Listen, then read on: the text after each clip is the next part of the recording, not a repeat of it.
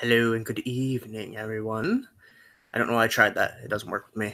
Anyway, so we're doing something different today. I know Curse on Dice has been on hiatus for nearly a month. Hopefully next week or the week after, it'll be back. You will notice I am in a dark room. It's on purpose. Today we're doing our, as it says in the headliner, whatever, the Halloween special 2018. Our first one on the channel. It's called the Whitechapels, and it is about a family that I have been working on for a book I've been working on in Connor's Draconica setting named the Whitechapels. So, I'm unofficially helping with lore of a noble family, which he doesn't have to put in there. It's fine. So, especially after the events of tonight. What you guys may not know is I'm a big fan of horror. That's why we started out with Curse of Strahd.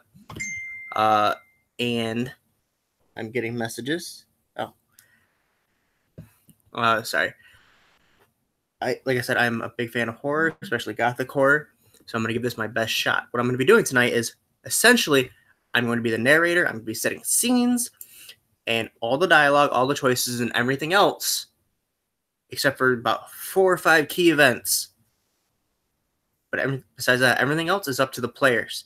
The choices you guys make, the things you do, the things you don't do, everything's going to have a consequence or a positive outcome, whatever the opposite of consequences. So what I'm going to start with, and before we go too much farther, actually, before I get there, my cousin Brandon, who you guys will recognize from Curse on Dice, and my brother Majorican are on the same phone under Brandon's hangout here. They're having a little bit of technical difficulties. It happens to be the room they're in that's causing an issue. But we're hopefully we'll be able to work through it. Also, there was supposed to be one more person playing with this, but Jared can't make it. So I hope everything's okay, Jared. And you better watch this because I worked really hard on this for like a month and a half.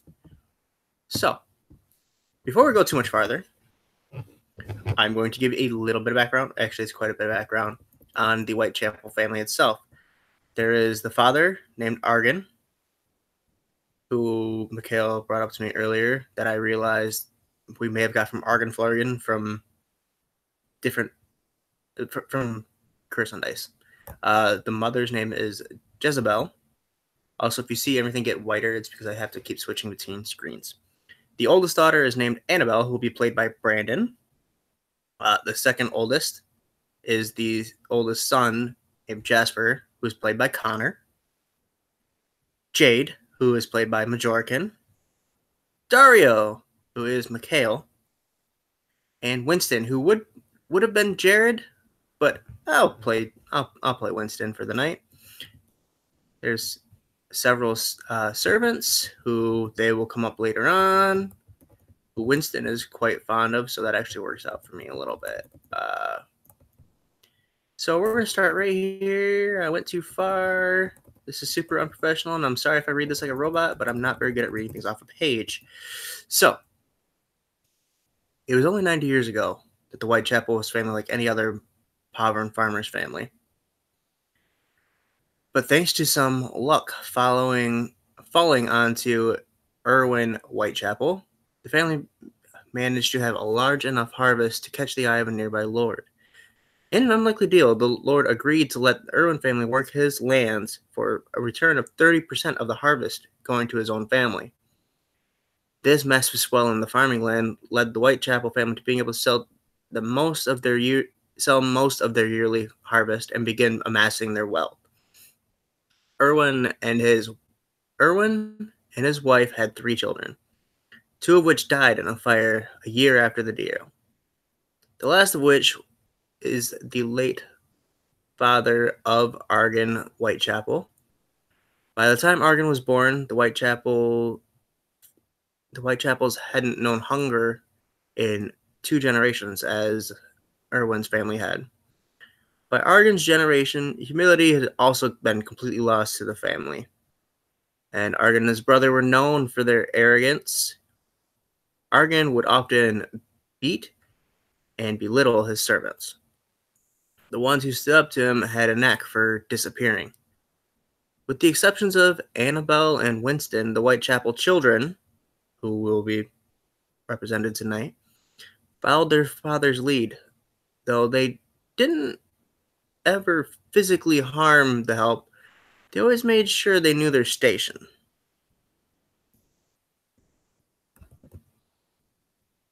And we'll give a little bit. I don't know how you guys want to do this. We should have worked this out beforehand. Yeah, we'll just go. I'll just read it off.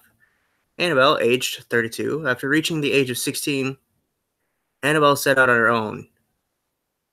She used some of the money given to her.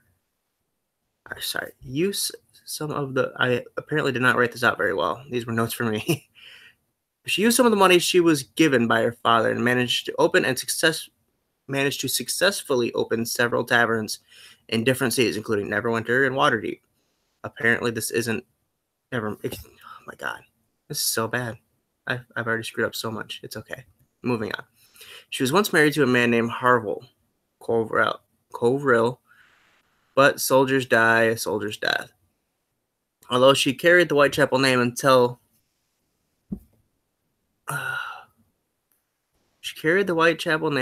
marriage, she isn't actually Argan's daughter, but a child born before he and her mother met and married. Argan, I'm so bad at reading off sheets. I'm sorry, guys, and I wrote all of this. Argan made some sort of effort in the first few years they lived together to treat her like his own. But once Jasper was born, he never looked in her direction and seen her as an outcast. Annabelle felt like an outcast as well. Until her youngest brother was born, although they were 10 years apart, Winston was the only one Annabelle felt any connection to. He even stayed at one of her taverns as a barkeep for a while until societal pressures called on him to strike out and find a wife. As you can imagine, Annabelle is not too fond of these family traditions and get-togethers. But it's only once a year, and it's always nice to see Winston again. Now, these family traditions that I was talking about, I should have elaborated on before I started reading these off.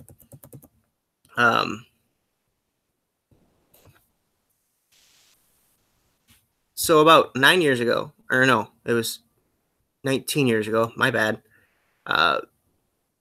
the Whitechapel's children's mother died in a fire. It happens quite often in this family. Yeah, but they make out pretty big on insurance claims and stuff like that. You know, rich people things. So the day of the final harvest also happens to be the same day as their mother's birthday. So once a year, all the Whitechapels get together and they're at the Whitechapel Manor and pay their respects to their mother. They spend the night there with their father out of respect for their mother, and then they all go back to their separate places. So, moving on quickly, and I'm going to try to get through this as quickly as possible. I'm sorry, I want to get right to the game. Jasper, age 28. I don't know why I keep giving you guys their age. From a very early age, Jasper was taught about the rankings of society. Learning about his family's upward trajectory in the social ladder, he set his sights on politics by the time he was 11. Stunningly bright and motivated, he did in fact make his way into the aristocracy by using his family's place of power. He also broke into the textile trade rather easily and made quite his own small fortune for the trouble. Being a successful marketer and has only helped his standing. What doesn't help is his reputation for sleeping with other aristocrats' wives, and what his father did. Believing that Jasper was only suitable to take over the family business, Arden did not show any restraint in his tactics for getting his oldest son to come back home and do what is expected of him. From burning down storefronts, hiring bandits to attack his caravans, and even having Jasper's wife shipped to the Whitechapel Manor to, quote, live as she should, end quote, and then she mysteriously died falling down a flight of stairs. Despite all of this, he still comes once a year to see his siblings and light a candle for his late mother on the eve of the harvest, because this tradition is for her. Next is Jade, the middle child. Not a lot can be said about Jade.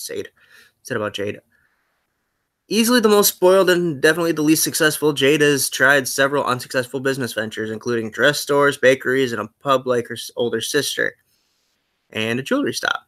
I am. How do you words today? I don't even know. It's been too long. I told you guys. Every time one of these stores bottoms out, she'd run home to get help from her father, who keeps handing her money hand over fist. Until recently, Argan has made a point that she is past the point of age to find a husband, and he should take care of her financially if she can't manage on her own. Jade, of course, is not taking kindly to this. She has on many occasions been seen threatening to kill her father in not so creative ways, like stabbing, poisoning, pushing him down the stairs, and hiring someone to kill him. Next, we have Dario. Dario is for lack of a better word, he's a con man. And he's quite good at it. Between the real estate scams and the fake jewelry scam and the global aristocrats, Dario has made quite a name for himself in the wrong circles, as well as racking up quite a bounty in many cities by many different parties and people. Dario may be the only one that Argan is more ashamed of than Annabelle, but he remains smug as ever. Even though he has had so much success in his own, Dario still owes a massive debt to a thieves guild in his nearby city, who has threatened him with death should he not pay up soon. And finally, we have the youngest of the Whitechapel children, which is, of course, Winston. Strange, when he was young, he could often be found in the woods on the family property, watching ants break down a dead bird or mouse, carefully taking notes on which parts they took first. He often got caught with bones of different animals in his room. His father found this appalling and berated Winston for these habits. At the same time, Winston also brought home many live animals, rabbits, mice, frogs, a bird or two, and Argan didn't take kindly to this either, and he blamed the house staff for allowing him to do these kind of things. Argan once found a rabbit, and in a fit of rage, he took Winston and the rabbit outside and killed the poor thing in front of Winston. And later he had it served for dinner. He then punished the staff for not finding the rabbit sooner. Winston did not like this. Winston more or less hates his father. He really only returns every year to visit with his oldest sister, Annabelle, and after all, she's the only one that's ever seen his interest in veterinary sciences as just that, and not as some mad person's hobby. I keep pausing in the wrong place. Again, I'm sorry, I'm bad at reading. Winston is also the only one to never have accepted any of his family's money from his father, but instead striking out on his own after marrying his wife Esmeralda.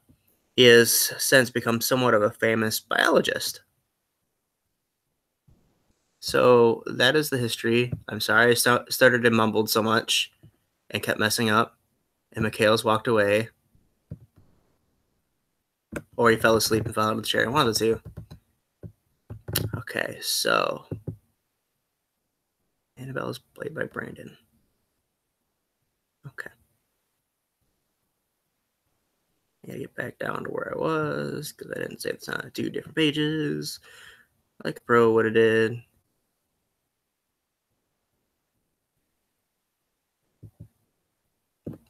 So we begin with Annabelle at the top of the steps. We begin with Annabelle at the top step of the entrance, greeting Winston, who is climbing out of a carriage.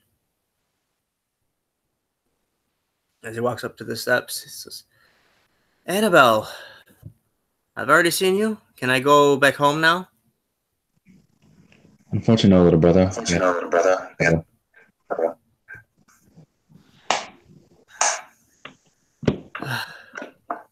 I mean, must we suffer this every year? Well, father, anyway. I don't like it either. But there's some state. All right, well, Might as well get the unpleasant bits over then. I mean, the rest of the family. The rest of the family's already arrived. So, and begins heading in.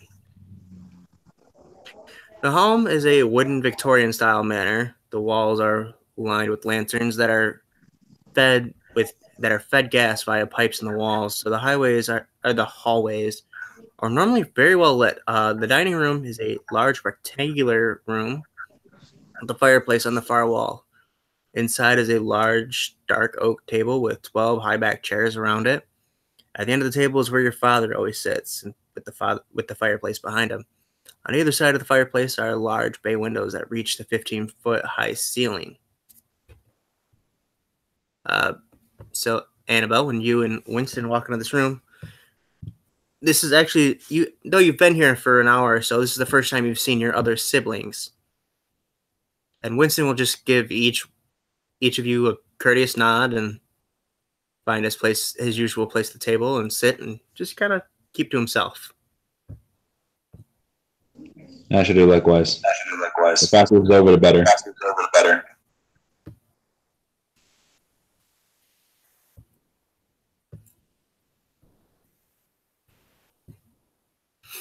So after you've all sat down, your father, Argan, walks in and says, "Dinner will be here in about 5 minutes." He looks at Winston and asks how his wife is. Winston does the typical, "Oh, everything's all right, blah, blah, blah, blah, blah." Then he turns to Jade and says, "Jade, what are you doing for money these days? Or have you found a husband?"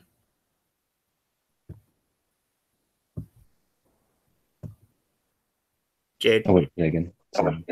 Saying. No, I have yet to find a husband. And you found work, yes? Yeah, sure. Doing what? I forget what a stopped after this. I don't know.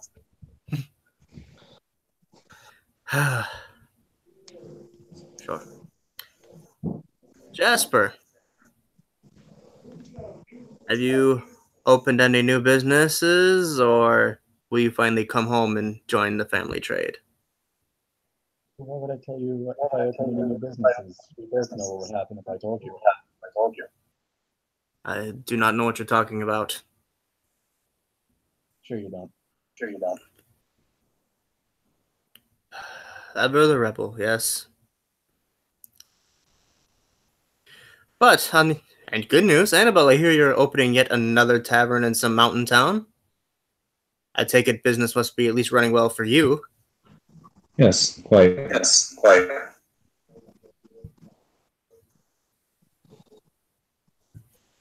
Is he looking with a scorned face, knowing something like my company? And he, what was that, Brandon? Is he looking with a scorned face because he doesn't like the fact that I'm working? No, seeing that you've been successful in the tavern is about the only thing he is impressed with you about. The fact that I have no husband, no children. Oh, that. He couldn't care less. Oh, okay. Like I said before, he kind of sees you as a disgrace to himself. And then after this, he just kind of looks at Dario disapprovingly. Doesn't really say much to Dario. Well, I offered Dario a job, but I feel it's. I mean, you could offer Dario a job at this point if you want. I'll offer him in private. Never mind. Yeah, you might not want to do that in front of father. What? No, hello. I suppose, how has your year been, Dario? Well, I started this business that involves using people that they work for. And people will work for them. Dario scheme. Is it vaguely triangular shaped? Yeah. Hold on, here a little. What am I going to do about you? bask in the glory of my. Honestly, Dario, I love you. You are my son, but I'm surprised we've not found you in a ditch somewhere just yet. I pay people to stop. That's probably wise.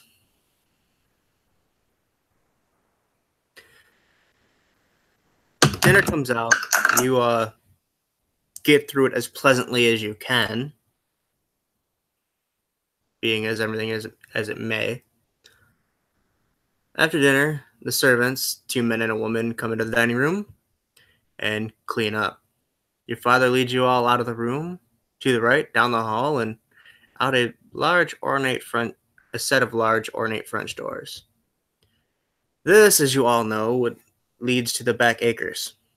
You follow the old gravel path to the family cemetery, because I can't remember if it was a cemetery or graveyard that was not attached to a chapel,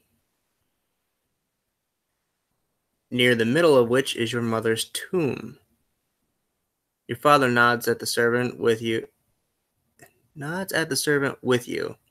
the one that came with you, okay. And the servant opens the heavy stone doors.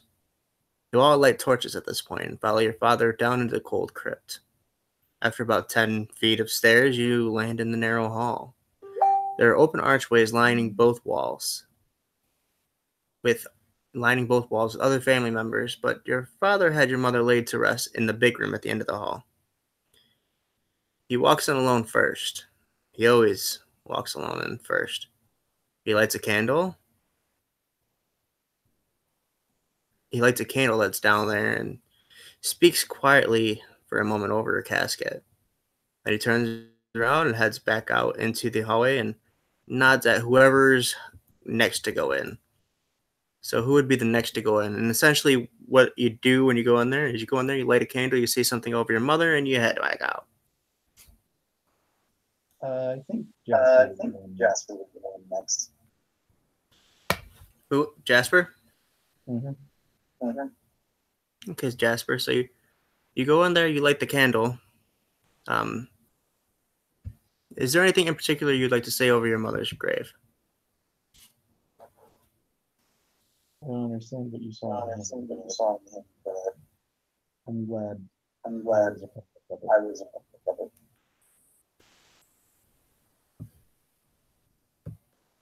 I get you to talk just a little bit louder, Connor. He would say, I don't know what you saw in him, but I was a product of it. Okay.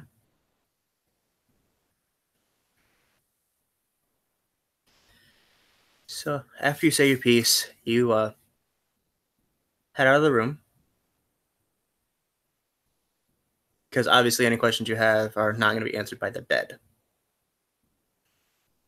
And you nod to whoever's next. Is there anyone, just to get through this little piece a little more quickly,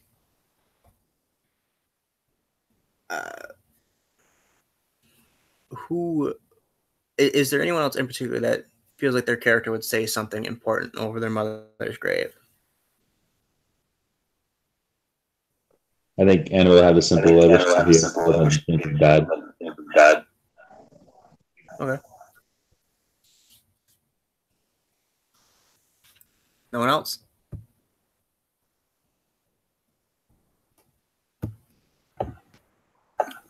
Dad is dead. They don't care.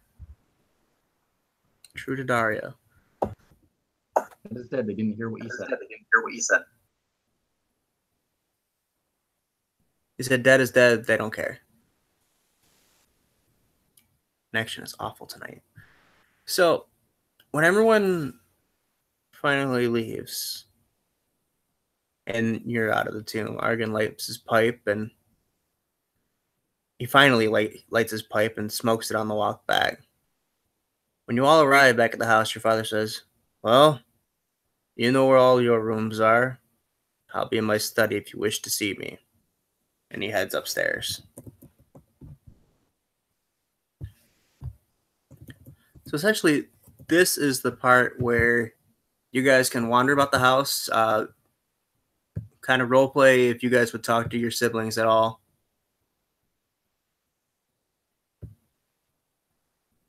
I wanted the manner to think about but a few good ones I had here.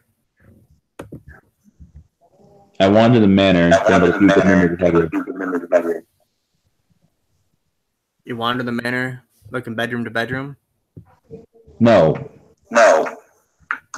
I wanted the manner, thinking about the good memories, the few that I do have here.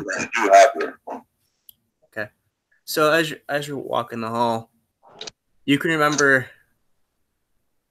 when Winston was very small and your mother was still alive. You remember helping your mother teach Winston to walk down one of these hallways. You remember when he was getting bigger, he found a mouse. And it was dead. And he cried and cried and cried over it. But you explained to him that these are things that happen. Animals live and then they die. And then they go into the ground and something else grows from that. And something from that is what really clicked in him. That's why he started to develop his ways. And you wouldn't admit it to him, but you think he's a bit odd, like everyone else does, but not to the level I think. But you also blame yourself a lot of the time for the way he's pushed away socially. So even your good memories are tainted with a little bit of sadness.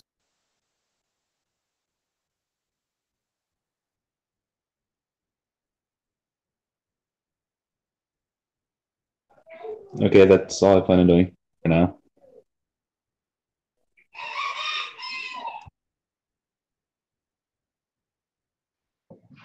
Jasper is going to follow his father into his study.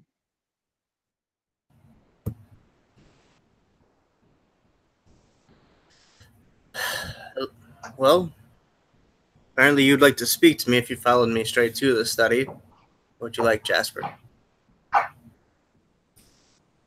I would like to know why is it that whenever I try to break out and go into other industries, this is a disgrace. While others can do it just fine without any resistance from you. I've never said that you striking out on your own is a disgrace. Only that you should be here, taking over. I will not be around forever, and someone needs to learn this particular trade. It's not simply the crops grow and then they disappear and the money comes in. There's more to it. You must learn this. Jasper, you're the only one that I would trust with this. Do you think I would trust Dario with this responsibility? Winston has his way with his oddities, but he must be left to his own devices. He's apparently famous in some circles, and, well, again, you're a very good merchant. Just come home. Do it here. If I know how to sell, I'll be able to do it just as well as gone. I hope you're right. Something tells me I will not be around much longer. I've been getting sick, Jasper. Maybe you should stay off that pipe of yours. As your grandfather, I will stop smoking this pipe when I die.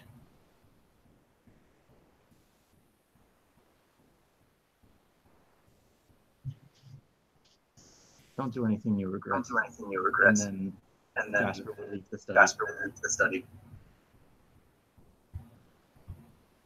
He scoffs at you while you're in the room, but after you leave the room, he kind of, and you, of course, slam the door on the way out of the study.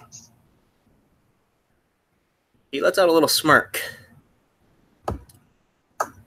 Just shares it with himself. No one else would know it's there. So Dario has been inside the study. He also smirks as he comes out and says, "Oh, you do care." About my children? Yes, even you. Not to him. To him. Oh, God, words. I'll shut up. I care about him as much as I would any person. So more than you should? More than likely, yes. You should work on that. I found alcohol helps. No, take a swig Believe me, out. I'm trying. Huh? Jasper would take it and he'd take a single swig of it and hand it back. I suppose these trips aren't entirely unfun. It is fun to screw with you people again. And it's just as fun to be screwed with as when we were kids. Probably look up and just remember fondly on various pranks and lies that I've told them to get what I want throughout the years. Yeah.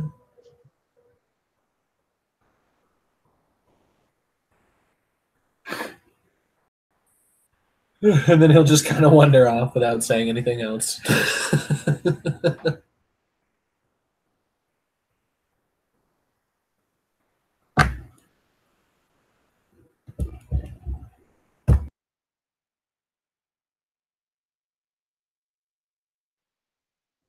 After the little interaction with Dario, Jasper is going to head up to his room and get his stuff ready.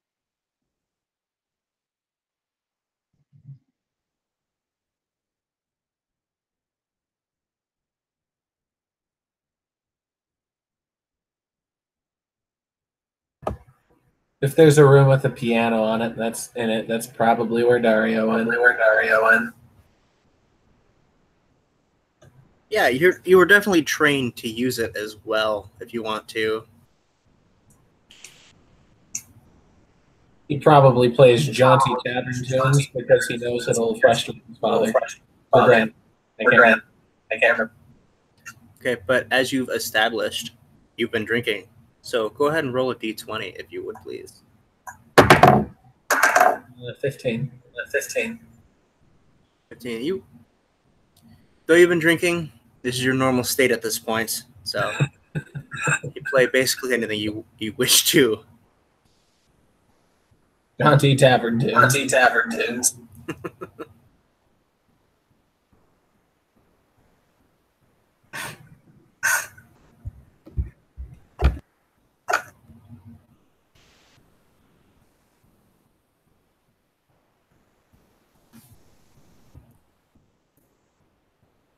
So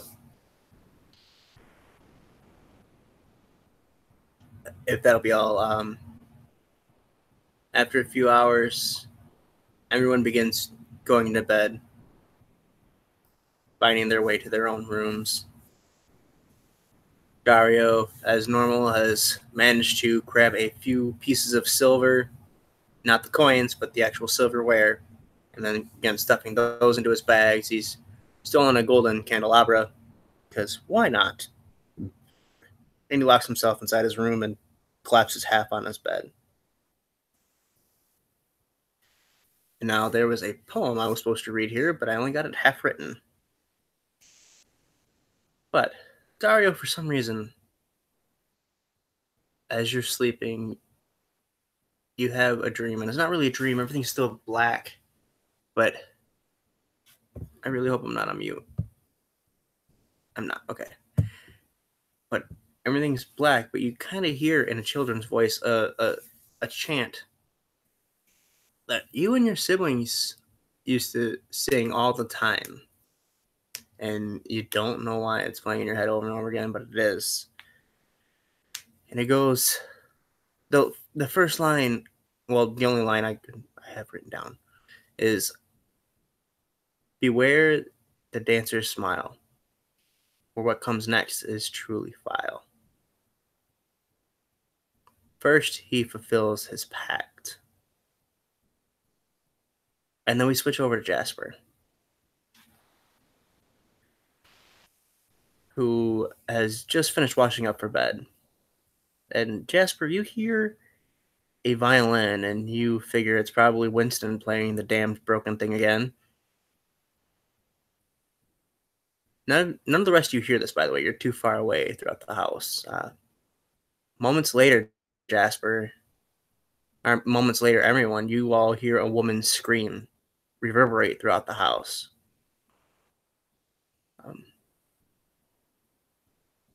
Those of you that... So we'll just stick with Jasper. Jasper, what do you do when you hear this scream? He'd sort of flinch, and then he'd put on like a robe and go out of his room and look around to see, and head towards the scream source as best he could. Okay. And Dario, you're woken from even your drunken stupor by this shrill, high-pitched scream. Do you just ignore it and go back to sleep, or?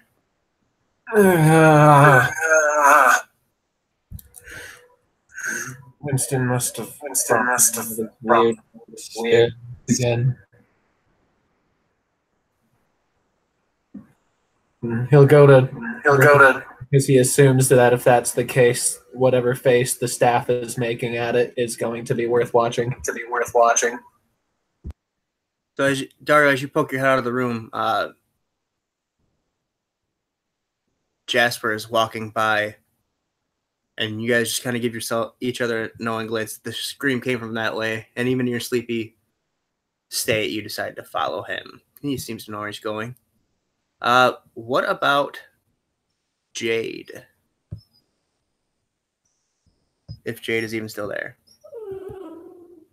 Jade's still here. I heard the scream and everything too. Yeah, you and Annabelle both have heard the scream. Well, I would obviously stop our heading. That's kind of what the scream sounded like, as a rooster. So yeah, and I'm assuming Annabelle, of course, also runs that way. Yeah. So you all figure out that the room is coming from your father's study. Surprise, surprise. Cliche. And Winston's already there. And he's now the puppy's dreaming. Now he's getting scared. Winston's already trying to calm down the maid that found this horrid sight. Those of you that rush in see what's happening in your father's study room. Now, it's an impressive room. The walls are lined floor to ceiling with bookshelves and yet another large fireplace on the wall. Your father's huge cherrywood desk in the far corner. And blood all over everything. Your father is hanging by the neck from the rafters. There's a piece of paper stuck to him with a broken shard of glass from somewhere.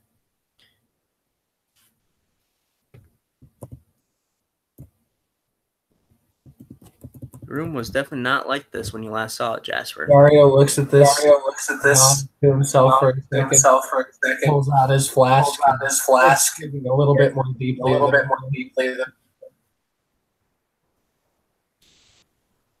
Jasper would point at the maid and ask you what exactly happened. Through a sobbing voice that I'm not going to even try to impersonate at the moment, she says, I have no idea. I came in here to dust as I do every night and clean up and tidy and put out the fire, and I found your father like that. God, why are there so many gashes? Did he kill himself? Just kind of look at all the blood. No.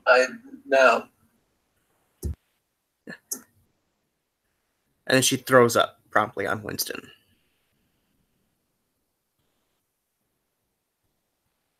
Jasper kind of grabs her by her this part of the arm. And starts pulling her out of study, and he says, "Go get someone to help my brother up. But obviously can't handle the mess that's in here." She just kind of frantically runs off while wiping her mouth on her own sleeve, which you've never seen your family staff do something so deplorable. We've lost 2 of our players, I just noticed. Oh no. That's unfortunate. Regardless of that, I go grab a what do you call like a Poker. no it's a cloth that you put For the fire? no like a cloth. Oh, okay. I go grab one of those out of the wardrobe, toss it to Winston to clean blood. You tossed the cloth. What? I'm sorry. I went to go grab I can't remember for the fucking life of me the name of those cloths that every rich person on the goddamn planet used to wear to clean themselves off if somebody got them dirty. Thank you. That was actually starting to frustrate me. I go grab a kerchief out of the Winston. You're what are you cleaning with the kerchief? The Winston? Got vomited on. He'll just take the kerchief from you and like, I'm gonna need more than this. Thank you, though, Dario. It's really kind of you, but Dario's in the odd position. Probably the only person in this family. Before. Fair. But Winston looks at your guys' father, and as two of the butlers come in, to the service staff come in, and they do the whole gasp thing, and then slide chairs and try to start cutting him down as he's hanging by the neck. When he falls to the ground, they both say, one of them says, "We must go get someone. I don't know who. The nearest town is nearly a day's ride." And they're just kind of arguing amongst themselves. And then one of them pulls the note off, and he goes ghostly white.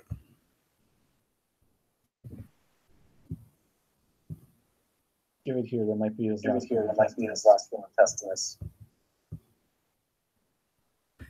So you take it, Jasper, and all it says in it, in a dark red, long, jagged scrawl, is all debts must be paid, Whitechapels.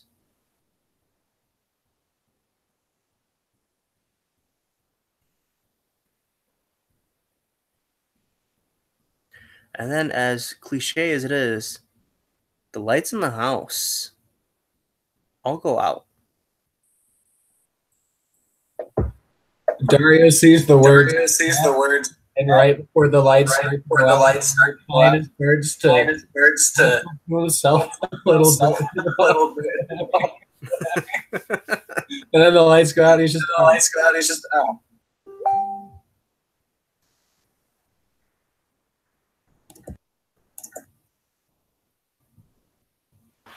Jasper would Of course, when the light around after the lights went out, just shocked that it happened.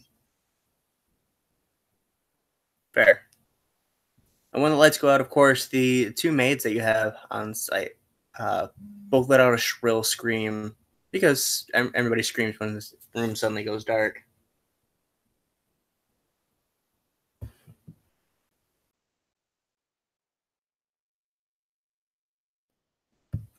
Both of you roll a d20 real quick. That would be a 4.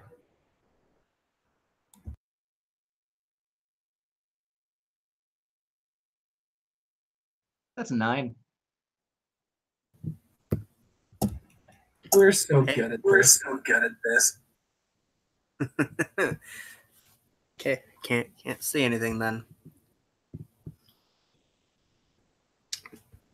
So what's your next move? Your father's cut down.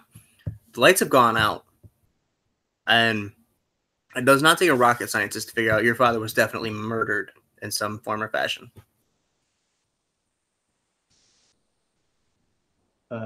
Jasper would be looking around for something to get lights back on, like tinder, an already burning or something. I didn't understand any. I got it. So yeah, there's a big fireplace in the room, and there's still some like low embers there. So you walk over and you find like a piece of wood, and you just light a candle, and you could turn to one of the service staff and say, "Here, go relight all the gas lanterns before we all suffocate." Light all the things before we don't have an option. You can wait a moment, though. Gas will give you a nice. I half caught that. I said you can go slowly with the gas lanterns, though, because it'll give us all a nice buzz, which I think I need right now. As you say that, you look down at your flask, your hip flask, and you see it's empty. And it rains, of course. Okay. Bad thing's gonna happen. Because it happens in threes, and I'm out of alcohol.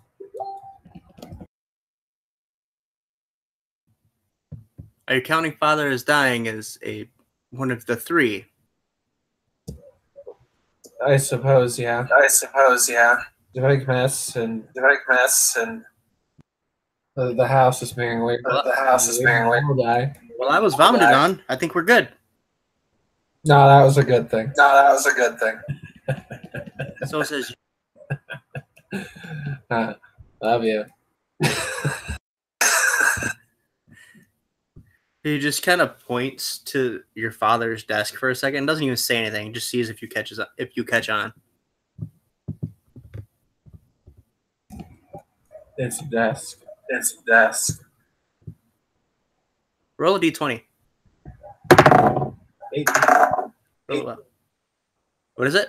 18. As you're saying, it's just it clicks. Your father's good scotch is in the desk.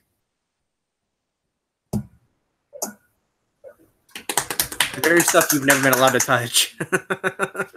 Just kind of run on over. I don't even take the time to like get low enough right? Just kind of see me toss out a few bottles. Just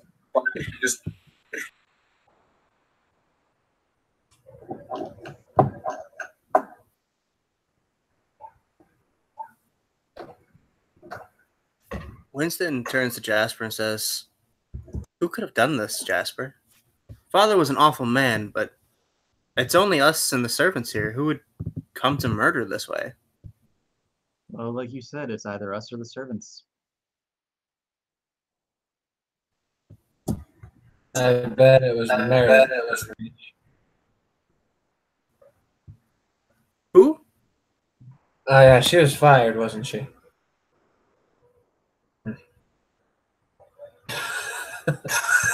Yes, she was blamed for you stealing. Well, she was blamed for stealing when you took the candlesticks last year. When you say that falls out of his robe. Where'd that come from? Well, you've never changed, dearest Dario. So to be fair, I guess a series of unfortunate events. Candlestick now anyway. So I must feel compelled to ask, Dario, it appears you may have been the only one awake of us when Father died. But was I? Were you what? I said, but was I competent? And I take a nice deep swig to emphasize my point. I believe that's a fair point. You do everything while you're drunk. None of it's heavy lifting.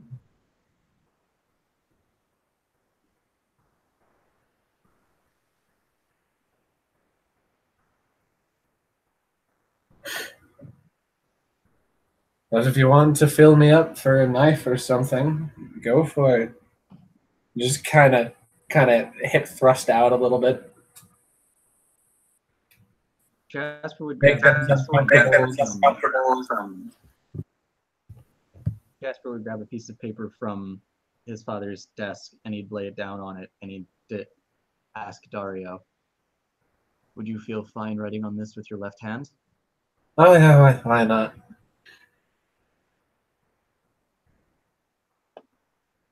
So, out of curiosity, among Dario's abilities, is forgery one of them? Because it'd be really funny to write the note in 3 different handwritings. Roll a d20 and add 2. 18.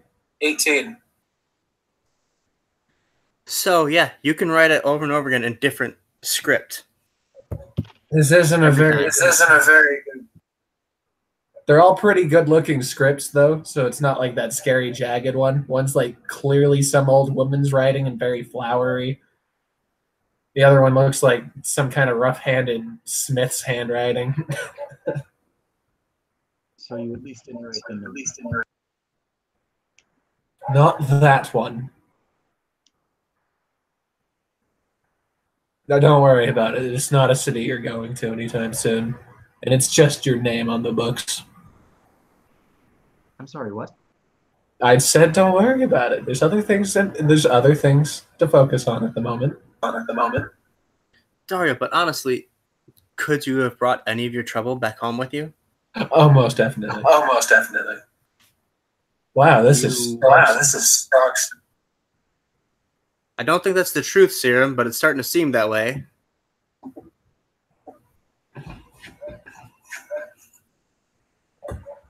As father used to say, the only 2 things that ever tell the truth are small children and the very drunk. So while we have you here, Dario, in all honesty, did someone follow you? Not that I know of. Is there anyone angry enough follow to me murder? to try and beat me up? And then the people I pay to beat up stops them from beating me up. Sometimes they die. Sometimes my people die. It's really frustrating. Speaking of which, where are your bodyguards? I don't bring them here. You might take the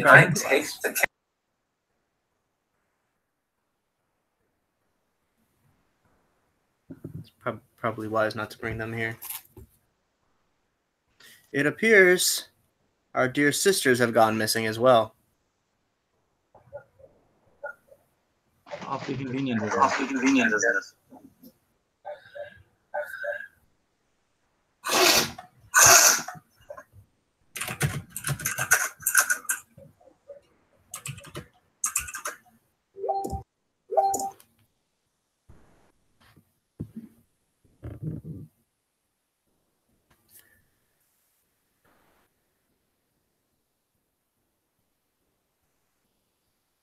At least one of them never liked him.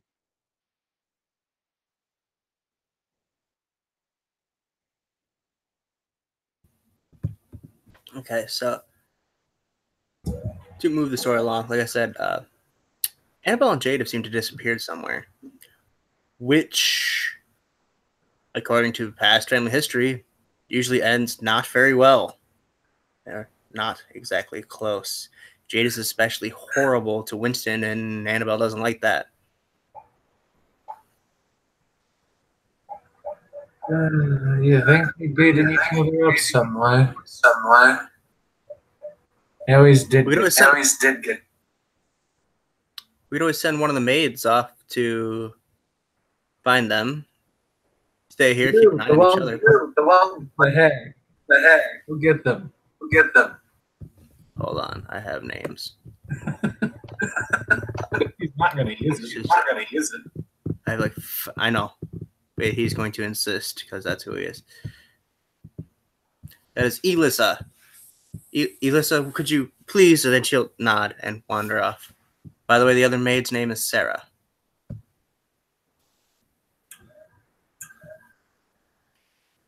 So Ella Ella and Sally. Sarah, if you wouldn't mind, How many times could write down a similar message to the notes on this, and he slides the paper over across the desk to her. Winston? He writes with both hands. And let's see if it matches. Hold on. No, it does not match. And he was trying his best as he could to match the script. What about you, brother? That's a fair point. To be fair, you do inherit basically everything.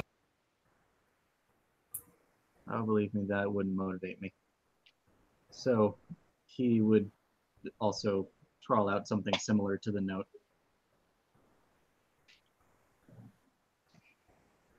Would you like a d20 roll for me as well? Yes. If it is an 18 or higher, it matches exactly. What's that? So that's a 13. So no. Well, we can mostly say that we have reason to believe that none of us wrote this note. Jasper would then look over. Sarah. He'd motion her over. She's still like trying to get vomit off of her shirt. He says, "Yes, sir. I'll write anything you wish." And then she writes it, and it's like big flowery like script, like Mikhail described earlier. And of course, both the other staff that are still in the room come over and they write out the same thing. No one's hand seems to match. I would then like to ask all the staff to write with their other hand. And everyone would participate. It just looks better. Right?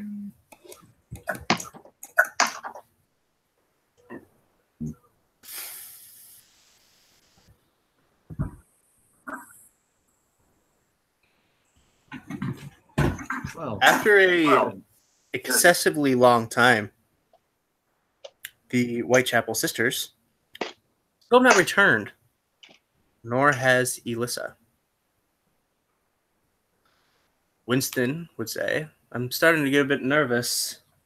If that maid was the killer, we could have very well sent a killer after our sisters." On the bright side, it's probably not the people who don't like me because they're usually so much noisier. Burning down, cutting off horses' heads and leaving it in people's beds. That kind of stuff. That happened to you? Only once, and I moved, as most people would. It wasn't my house anyway. Somebody on vacation. He'll just look over at Jasper and say, "We certainly live different lives to our brother, yes?" very. More boring lives. I'll have you know, I discovered a new and rare species of finch last week. You All guys right, have already brought. It's just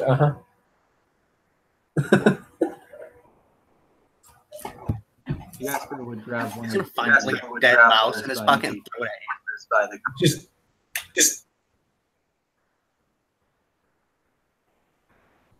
Jasper would grab one of the by the collar and start moving towards the exit of the study. And tell the butler, "You're the one coming with me to sit on my system." He looks very distressed, but he nods. "Of course, sir. Whatever you wish of me." Now, you would actually know this butler. He has been around since even you were a small child, Jasper. His name is... You don't know his real name, but you've always called him Drip for reasons unknown.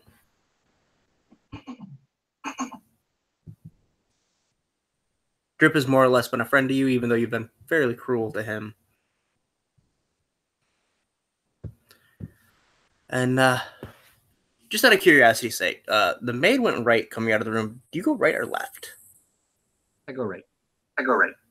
Okay. I follow him. Because I don't know if I trust him. B, I don't want to be alone. You'd be with Winston. You would be with Winston and That's Drew. scary. It's always the quiet one. Yeah, Winston's pulled out a cat skeleton and he's trying to reassemble it like a puzzle. Yeah, like he gets like that cat skeleton out, and I'm just, hey, Jasper, I think I'm gonna come with.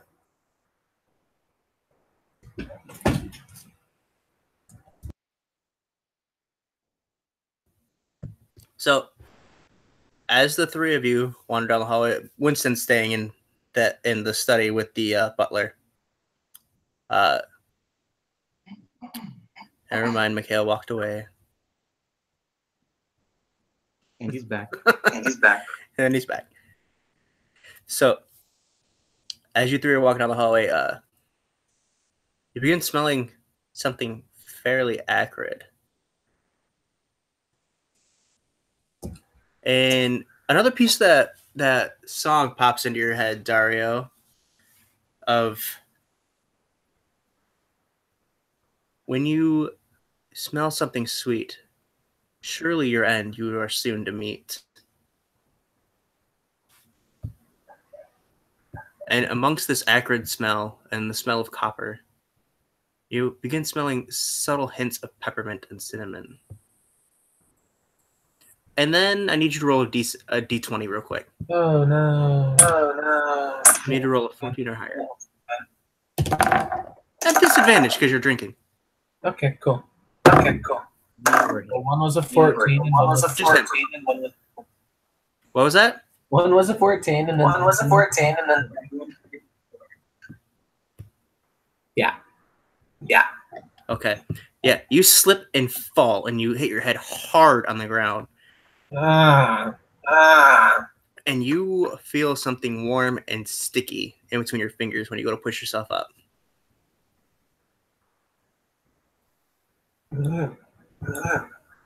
When I see the assumed dead body, I'm just gonna be like, and fall back down. God damn it! You do not find a body per se, but the hallways are not exactly well lit. They were lighting the gas. If you recall, they were lighting the gas lanterns, but never got very far before everything else started getting thrown at them. You find more or less pieces, and this is the part where you look around, Jasper, and you see again pieces all over the place. There's hair, a chunk of like scalp and hair stuck to one piece of the wall. There's an eyeball that's rolling down the hallway still. Okay, yeah, Jeff is after me. This is a little hardcore.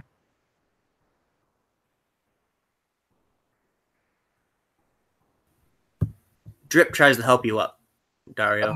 That's very. I'd smack it. Thanks, Drip. He just takes your abuse and says, "Sir, we." It's a sign of affection. Of course it is, sir. He's trying to speak, but he's quite mortified at the sight. Sir, we need to get you cleaned up. Oh yeah, that's pretty bad. I think I also want tea because I might be done drinking for the night. Very good. That's very sweet. What did you say? I said it's a rare sight to see you not drinking. He looks That's at the concerning. butler, That's looks at you, concerning. Jasper, and just kind of nods, and like his eyes go wide for a second. You see a mouth. Might be the scariest thing of the night. Everybody thinks back to the first time Dario got caught drinking when he was like 8 years old, and he just raided one of the closets. Absolutely. Turns out that first time was actually turpentine. Probably left some perp. Yeah, Dario nearly died. You go get Dario clean. I will try and figure out what happened here. Sir, I'm not entirely sure we should be alone at the moment. And honestly, because you were with me before this, you're the only person I can trust right now, other than, and I'll tap him on the face. Sweet, sweet, sweet man over here. I forgot his name already. Which is he's just kind of swatting your hand away and trying to hold you up. And he's like, yes, sir, thank you. Yeah, sir. But far be it from me to give you any orders, sir, but I feel we should stay. I will be fine. And if I'm not, you'll hear about it shortly. Is there a bell? Is there a bell? You should jingle. You should jingle. Only in the bedrooms, sir.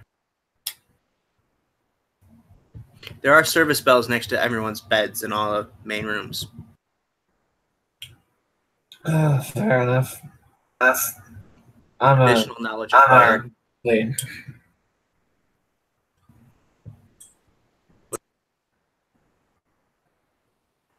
Dario doesn't know how to convince his siblings without lying to them, and there's nothing to lie about right now, so he's just gonna go get clean.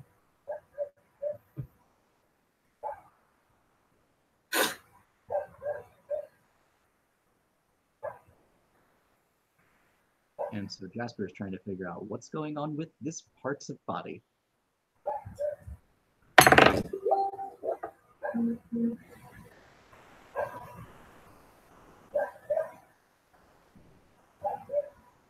Yeah, you can roll a d20 to kind of investigate the pieces if you would like.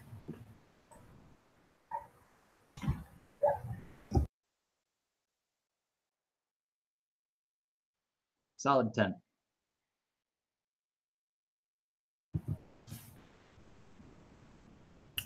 Once, when you were about 14, your youngest brother, Winston, took you into the woods one time, very excited, which you knew meant something gross was about to be seen.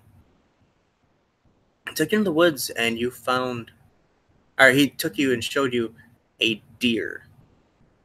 And the deer had been torn to pieces, much like this, and he was excitedly telling you something. You were tuning most of it out and just thinking what a creepy little man your brother is.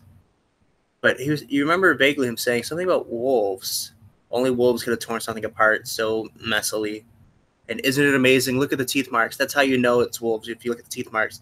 And it'll show you exactly what to look at in the bones to see if they're teeth marks. And when you look at the pieces of bone that are left with the maid, you don't see any teeth marks like that. You see a lot of cracks and breakages, but nothing too deciphering. Oh. So it's happening already.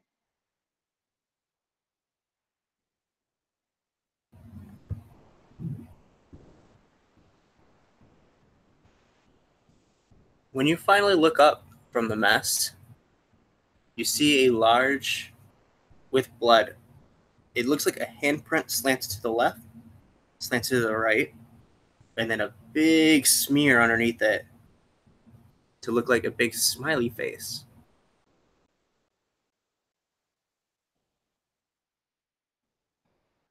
Well, that's not pleasant.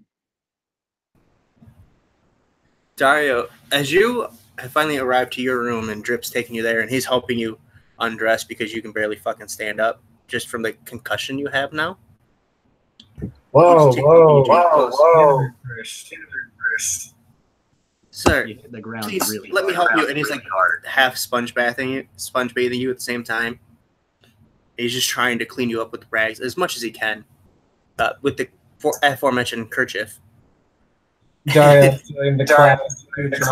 Stay still or be of any use to anybody. So another part of that poem pops in your head, Dario, and it goes, "Those that should wander alone may never return home." Stay with me. You're all I have left. He just kind of knows about it. Are we ever Jasper, truly alone? Jasper, you hear footsteps coming from down the hallway.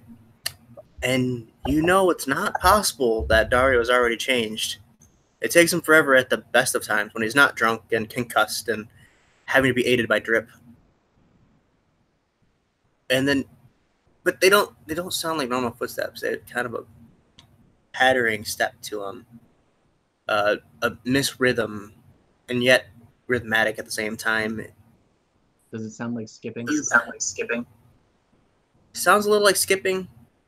Sounds a little more like when you were about 13 and Annabelle was trying to teach you how to ballroom dance.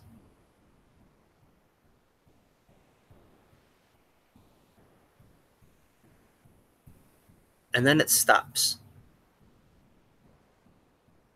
And you can feel a heavy breathing on the back of your neck. The hairs on the back of your neck begin to stand. You feel the goosebumps form on your arm. And then all at once, it's gone.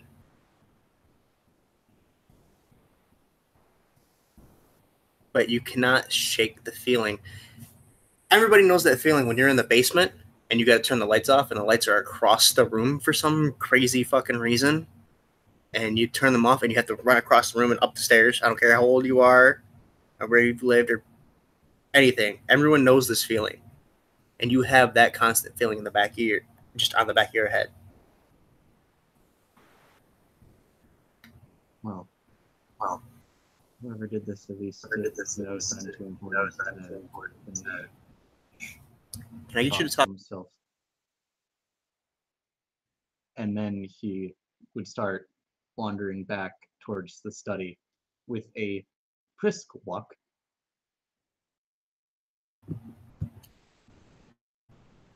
Jasper, even as you start to pick up your brisk step, you begin to smell peppermint. And you hear the footsteps again, and it sounds like they're right behind you, but you dare not look. Because if you look, then you see it, then it's real, then it's there.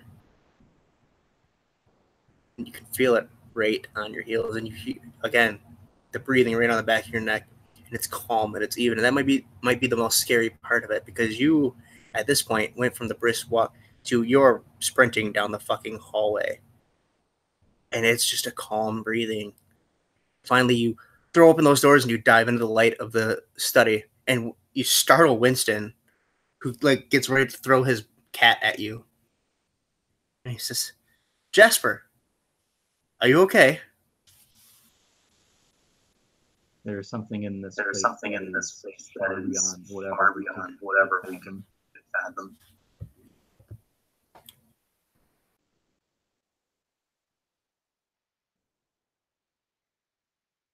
And then he'd get up panting and he'd shut the door behind him and he'd make sure to lock it or keep it closed as best he could.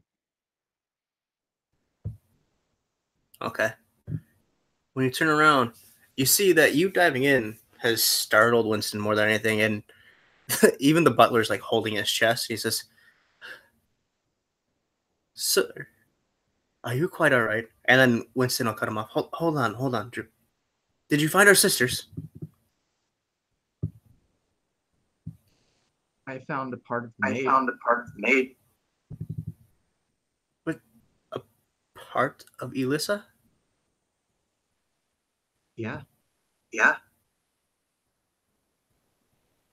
And you look over at the other maid, at Sarah. It says, "Well, I don't know what to say to that."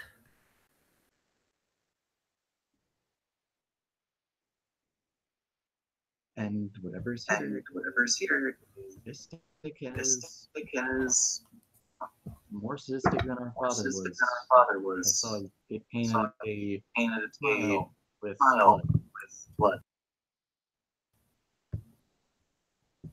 Look, even for me, that's kind of fucked up.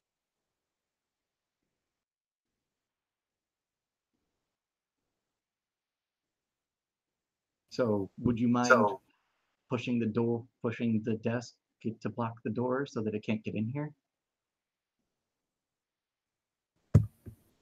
Yeah. Can you help me? Then you both go over to the desk. Go ahead and roll a d20, and I'll roll one as well.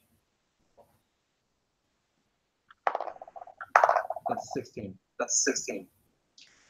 Well, Winston got a natural 20. So you're pushing the desk, and then he comes up and just helps you just scoot it right along against it. From there, we'll go back over to Dario. That Overwatch does deserve to exist. Can you?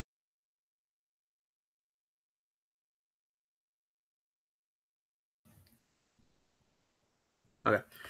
So we're going to switch back over to Dario now. Dario, you are now fully dressed.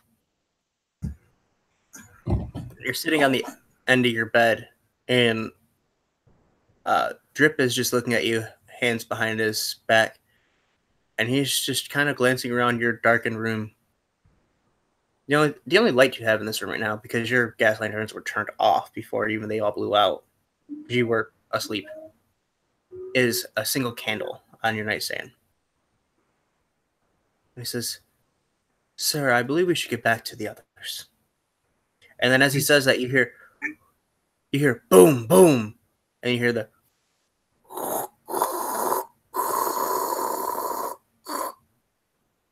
from down the hall. There's a stop I need to make. With my oncoming sobriety, I feel a little bit of clarity, and I have an idea. To the piano room, Pips.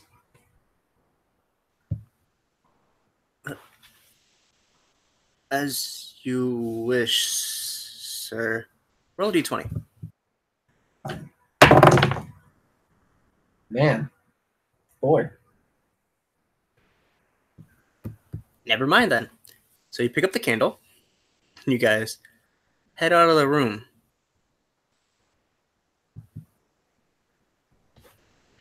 Quick pace, though. I don't want to spend a lot of time. You walk down the hall, around the blood splatter, down the stairs, onto the first floor, through the main foyer, and into the piano room. What would you like to do in there? I try to tap out in my head to see if I can. Hold on, can I have you repeat? I try to tap out this tune I've been hearing in my head and see if I can, like, finish the memory. Or whatever it is. Okay, roll. So you're with the piano. Roll a d20. Just say really bad. That's the one we're playing with tonight. A little bit better. 14? You can mostly get the melody along, the rhythm that you had when you were children. Earlier it was just like the lyrics, but now you can kind of put it in the pattern. But you know how when you're writing out a song, either you can't remember how it starts, or you can't remember the last like line of it. It's kind of where you're stalled at. It's like right there on the tip of your tongue. I just kind of poke Pips. He's Pips now. I know he's Drips, but he's Drips. Do you know how to finish this? Sir, I believe that's a song from when you were children that you all made up. Yes, but it's my mind all night, so I feel like it's important. I vaguely remember you talking about some fairy creature. Something about dancing in the moonlight. Likes to give children fright. I remember something along the lines of never wander in the woods. He smelled sweets, I think. Great. That's what I needed. Thank you. Let's go back to the others now. I think this should be shape. He's like noticeably. As soon as he said smelled sweets, he thought of the peppermint and cinnamon. Right before he fell down. Washed his head in blood. Speaking of which, you're starting to smell it again. It's a faint smell at the moment, but it's getting stronger. Pips, I suggest we run. We run Quickly. quickly. And he wouldn't dare run in front of you, but he is keeping pace at exactly your speed. That's exactly where he wants him. Because if he can hear something get too close to him, and it feels like it's going to touch him, he can trip Pips. And then hopefully we'll take Pips instead. That's Dario's current plan.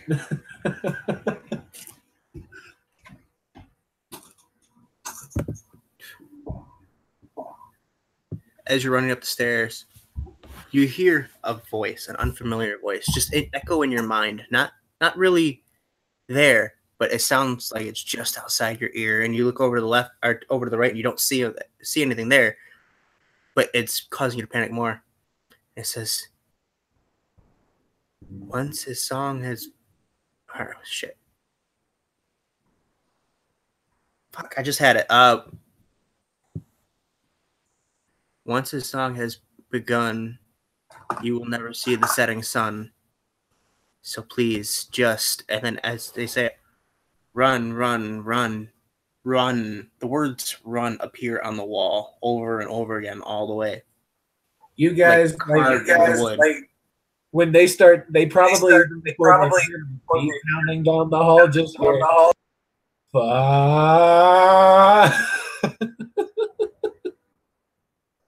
as the X throughout the building. So are you trying to get back into the study room with your father's body? And so you run and you start banging on the door. We'll switch back to inside. I keep pressing that. I keep pressing mic off because it's the only way I can hear you guys. Jasper, you and Winston all of a sudden hear boom, boom, boom, boom, and probably all sorts of fuck. Let me in, fuck, open the damn door, fuck. It's probably more like, hey guys. You know, I've always liked you guys. I might not always show it, but I torment you to make you strong. So just come on. How about you open this door, please? God. So Winston will look at you and say, "We should probably let him in. Help me move the desk back out." He's going to help move the desk out as the desk should be able to open the door again. Okay, we both need to roll the d20 again. Solid 10.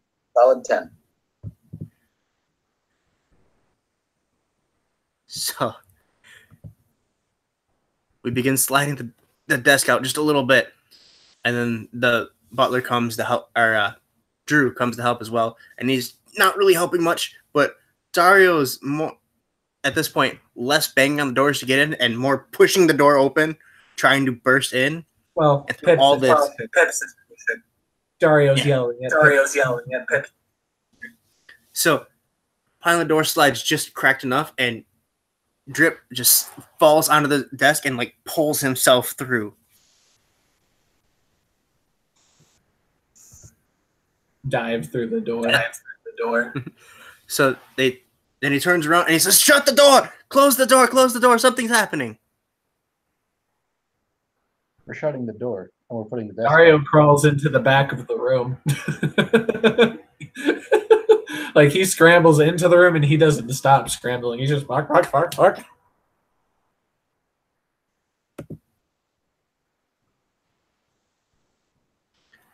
In a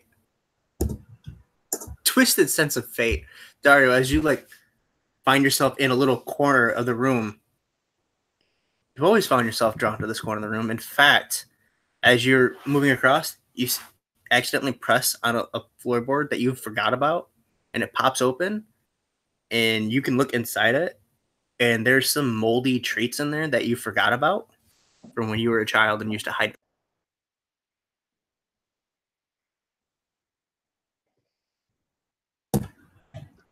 He kind of quietly laments to himself that they're not like long-lasting honey treats, because he could really use one. They're not peppermint, are they?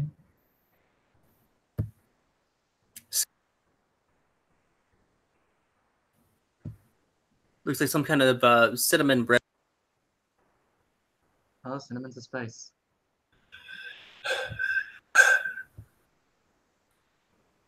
It's all Winston. Would be like a sound between a groan and a squeak, like exasperation and ball shitting terror. We're making sure the door is shut and barricaded first before we go check. Yeah, absolutely. And then finally, Winston will look around and see the wide eyes of. You'll be able to see him too, Jasper. You can see the wide eyes of Drip, and then we both look over, and you just see a sight that we're not used to anymore. Not since he got his cocky ass arrogance from being the con man he is. Dario's cowering in a corner, and he just looks at you. He's just kind of babbling. The peppermint. The song finish. Run, bread. Yeah. Jasper would go up and he'd kneel in front of Dario and he'd say, "Peppermint, a song?" Points to the cinnamon bread, and starts mumbling about the smells and a child's rhyme. Wishes he didn't. In his room. Kind of go ahead and roll a d20 to see if you can decipher what the fuck he's talking about. It'll be a high DC. It'll be like 15.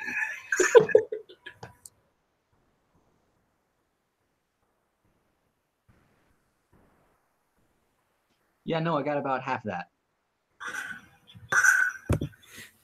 Not a clue. Just for the sake of the roleplay, I will also roll a d20. I got a 6. So, and Drip is also speaking incoherently, so we can't figure out anything from these two. Doesn't make.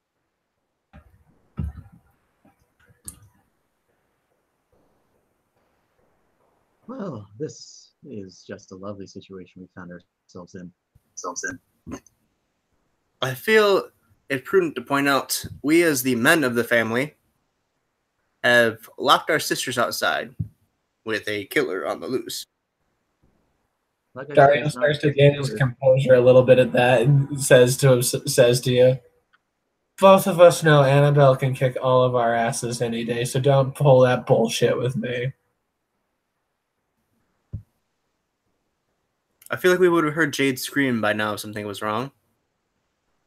Or beg. And believe me, even if we were to go out and try to find them, we would not make it far. Why do you say that? It's just a person out there. There's how many of us we can do this? It kept easy pace with me while I was sprinting down. Yeah, there's lots of exercise tonight.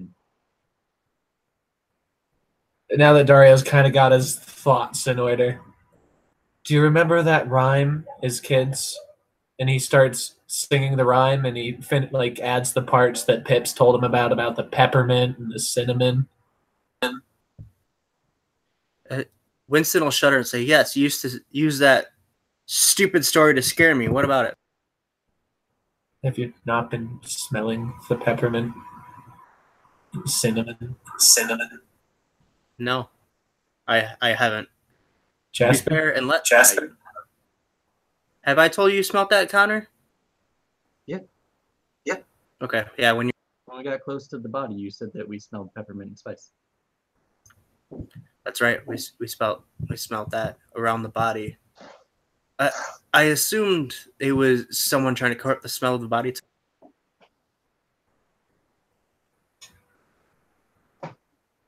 Dario just gives him a look briefly like he's never committed a crime in his entire life, and that's the dumbest fucking thing he's ever heard, and then just kind of shakes it off. To be fair, Winston is one of the only 3 people in this family that has never committed. Is Jasper one of the other ones? Am I with both the goodies? God damn it. Yeah, the badasses are MIA at the moment. I'm just a Dario's not a businessman. badass. He just lies. And it seems to work.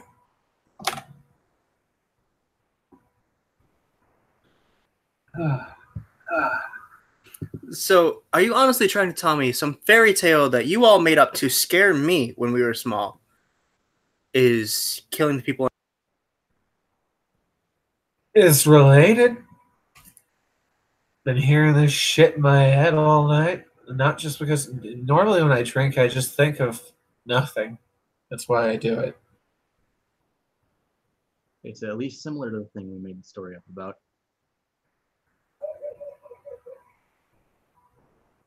God, you fucked up kids.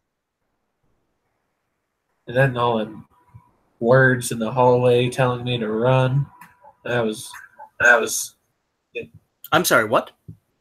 Oh, when I was running here, something kept whispering to me to run, run, and then the hall walls started to say, and then he like starts to trail off, and I'm gonna compartmentalize. So, as you said that, Winston's gonna look. I don't know about Jasper, but Winston's gonna look at Drip for like confirmation, and Drip's just gonna go, I didn't hear anything, didn't see anything either.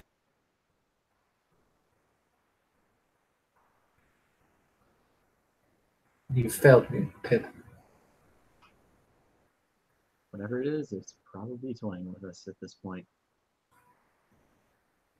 I'd say we should leave, but I don't want to go in the woods. Did you say and go in the woods? I'd say we should leave, but I don't want to go into the woods. Because it mentions Dario, a book falls. Fuck you! From the bookshelf behind you. And as it lands on the floor, it flips open. And you look down, and just out of pure coincidence, you look the first line. It's not even like the full sentence, it's like the last half of the sentence. It says, "Isn't this fun?" Just kind of looks down at that and just points silently, half scared out of his mind, half really irritated with these two. Jasper's gonna go up and he's gonna pick the book up and he's gonna read the pages that it had opened to aloud. I haven't made this up entirely. That was new. So basically, before it was a sentence. It says, "Now, Harold," and then it goes to the next page. It says, "Isn't this fun? We get to spend all day on the open seas, and no one can tell us what to do." And then you realize as you're reading it, and you flip back, and it's a book about a pirate adventure, and you wonder what the hell it's doing in your father's office.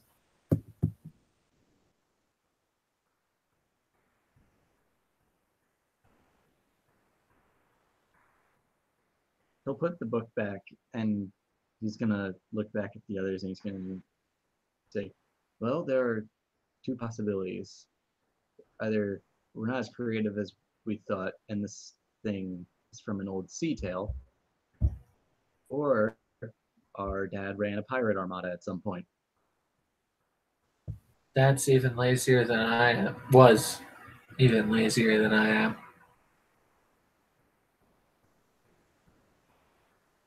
That would be much. Winston's gonna say that doesn't seem likely. To father being a. It would have required him to get his hands dirty. He didn't do that. Also, the motion sickness thing. I mean, I don't see him being on a boat. Well, except for with your rabbit. Sorry about that, Winston. What? Oh. And like to be fair, if like somebody remembers it, I think like that was one of the few fucked up things that happened to Winston. The Dario's like, yeah, I'm not gonna make fun of that. That was twisted. I'm gonna leave you alone for a week, give you some breathing room. Winston just gets a faraway look. Winston, do you remember that deer you showed me when we were little? The one that was torn apart by the wolves. Yeah, of course. It was really exciting. I didn't know there was wolves in this part of the forest. Maid was torn up in a similar way, but she didn't have any teeth marks on her. There was an eyeball. Werewolves, maybe? I don't... Did it look like she was torn apart? Or cut up? Or what? She's just kind of everywhere. A piece of her was here, a piece of her was over there, a piece of her was... In my hair. And then whatever did it, is obviously smarter than because it's in the smiley face, like I said earlier. Well, whatever it is, between the smiley face and the way you're telling me she was tore up, if there's no teeth marks, then it wasn't for food. Whatever it is out there is just killing for fun, which is why I think it's a person. Only people kill for fun. Well, people and house cats. Did you know house cats lead to millions of extinctions over the last few days? Somehow, through the terror, he manages to glaze Dario's eyes over. Well, we're obviously not dealing with some sort of giant house cat, or else it would have just killed all three of us while we were out there. But they are really good at being really quiet killers. But Dario says it drew on the wall, but Drip says it didn't draw on the wall. He like shakes off the whole rabbit thing and goes, "Oh, right, we might all die, right, And don't listen to Drips. He does good work, but we don't pay him to speak." Drip, do we pay you?" And he just nod, yeah.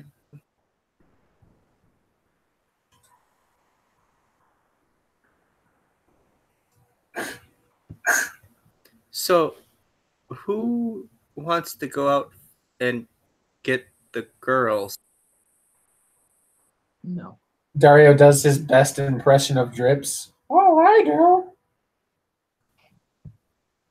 That's Dario wants roll a d20. Actually, Dario. But Dario is the most bard character. Sounds just like him. Starting to think Dario might actually be a bard. Yeah. Yes. You see Drip, just his eyes go wide. No. I didn't say. No, it's okay. You can go. I'll go too. I haven't been out there yet.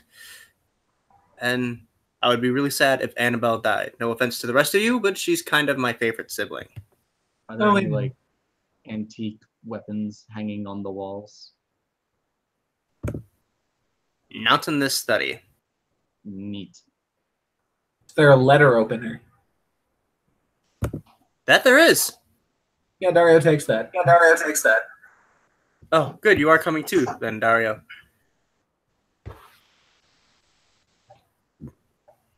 Yeah, the fear has sobered him up. Are you saying then, Jasper? Someone has to. I'm not going. And then everybody realizes that there's still Sarah sitting there.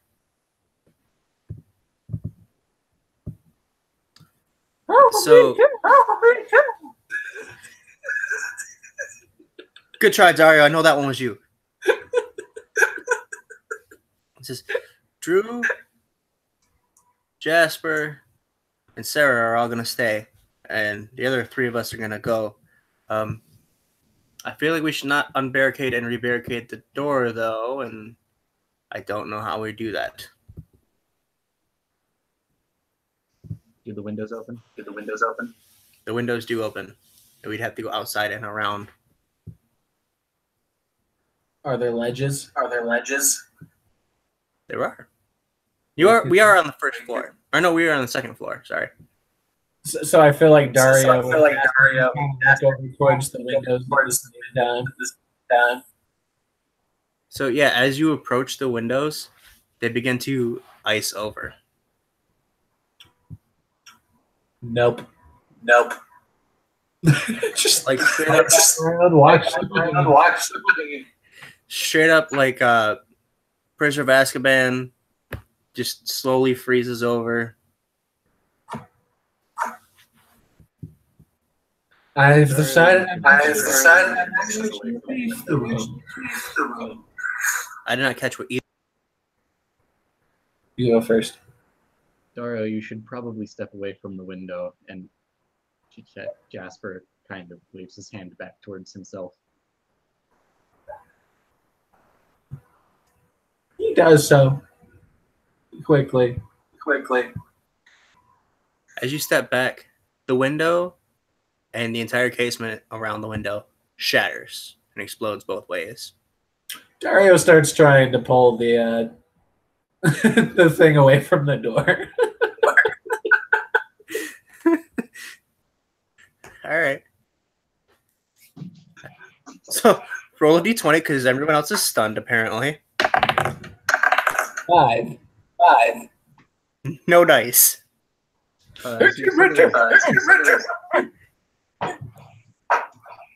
Beaters getting in here, right?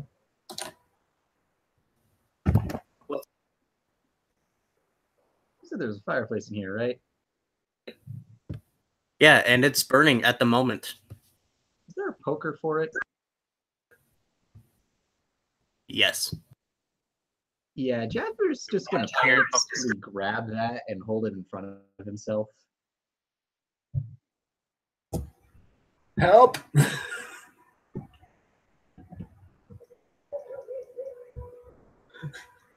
No?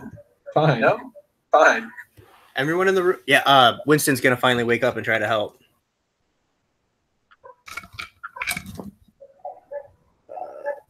Except for I've lost my d20. Just roll 2d10. 13. Between the two of us, still can't get it pulled back. Too much. There's more panic than there is, like, effort. I've changed my mind. Here. I think we need to move as a blob. I'm sorry. Move as. Yeah, it's a blob. All of you surrounding me in kind of an amorphous, gooey state where you move in and out of my personal area. There's a woman here. Be in the center where I stay safe. Dario, there's a woman here. You may be a thief and a con man, but you're supposed to be a gentleman. Don't you? Jasper, back me up. Should you not be helping? Oh shit! You're focused on the window. Just kind of squint at the maid, like making sure it's a woman.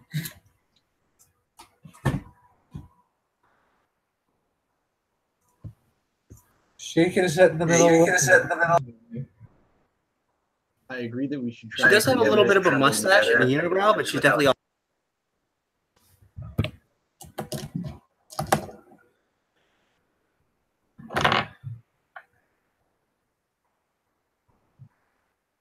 I have a feeling. What's up, Jasper? Sorry. I agree we should travel together. I don't agree with how he put it. Right. Obviously, Sarah should be in the middle.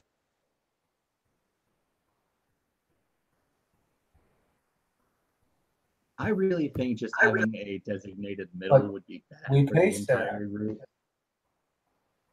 Sally? Sarah? Sugar. We pay Sugar.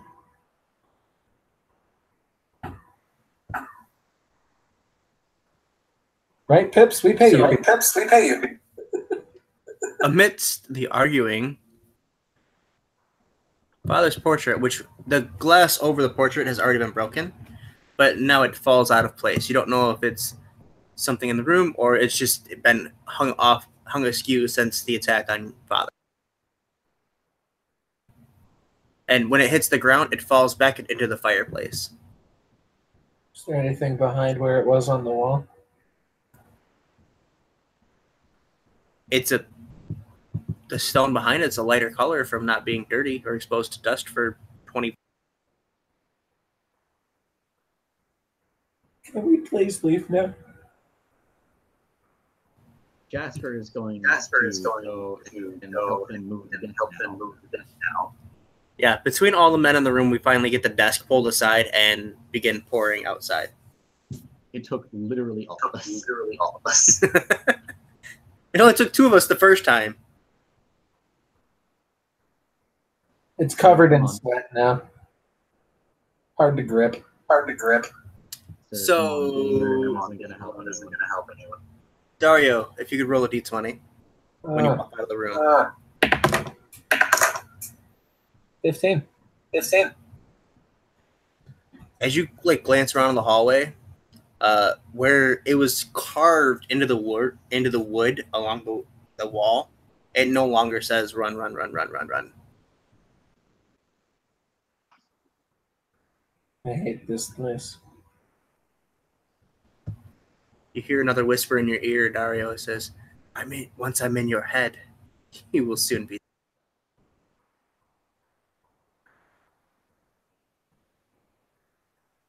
Can we just leave the building? Like, our sisters are lovely and all, but You can absolutely try. Yeah, Winston personally votes for saving Annabelle. And Jade. Jasper is going to vote for leaving.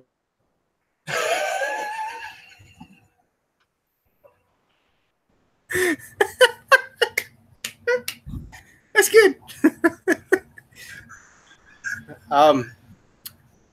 Hold on. Above a 10, I'm rolling for each of the service staff. There's 3 of them left. Above a 10, they vote to stay and help the girls. Below, they vote to leave. Remember who signs your paycheck. I stare pointing. So Drip has a 19. Already. Drip has a 19. Drew has a 7. And Sarah has a 4. So, all right, it's 2 before we're leaving. But what about our sisters? I think they're smart. We should leave. Maybe they're already gone. Yes? Yep. So, are we like walking out in a semi got your head together fashion, or are we sprinting out of the front door? I was gonna say take. We're at least staying in groups of 2. So, like 2 by 2 down the hall. We're probably trying to stay together, but it probably wouldn't work too great. So, surprisingly, I'm going to say Sarah is... No. Yeah, Sarah and Drew are leading the charge. And right behind them is Dario, like, almost wearing the maid skirts. That's how close you're running behind them. And as they reach out, they grab the door and they begin pulling it open. But as they do, it doesn't move. And then you see spectral chains reach out and wrap around their wrists and hold, and then to their whole body, and it pins them against the door. And you see it pulling tighter and tighter and tighter as you hear cracks and pops, and they're screaming for help. Ooh. Drip So runs to try and pull the chains. Iron chains. They're spectral. They look iron, but they're not. They're almost incorporeal. Dario will pull up, but he's not touching the fucking door. Yeah, as Drip goes to grab the chains and try to pull it off, the chains begin wrapping around him and pull him against the wall as well, and begins pulling tighter and tighter. Oh, Drips. You're so young. He was very old. I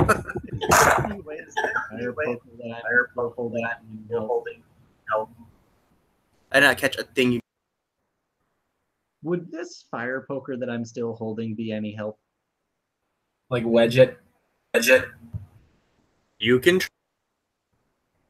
Yeah, I'm gonna Just try tell me- and break them chains by swinging it down at them.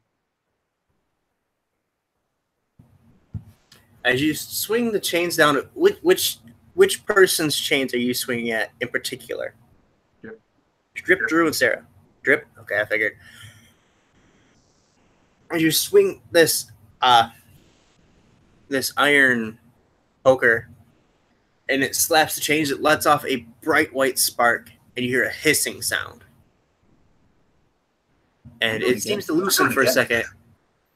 All the chains seem to loosen for a second, but the one on Sarah tightens so quickly, and you just hear kind of like bubble wrap, and she coughs up blood, and then she's very still. But the other two got out. Drip himself got out, but Drew is still stuck, and the chains are still slowly closing in on her own. We got hit Drip. That's all that matters. Drew's chains. You say you're gonna hit his chains too? Yeah. You swing.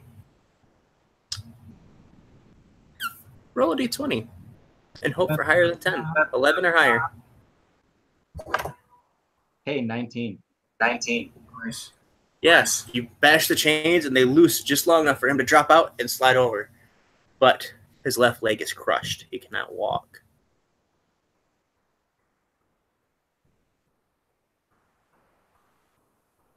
You're muted, my dude.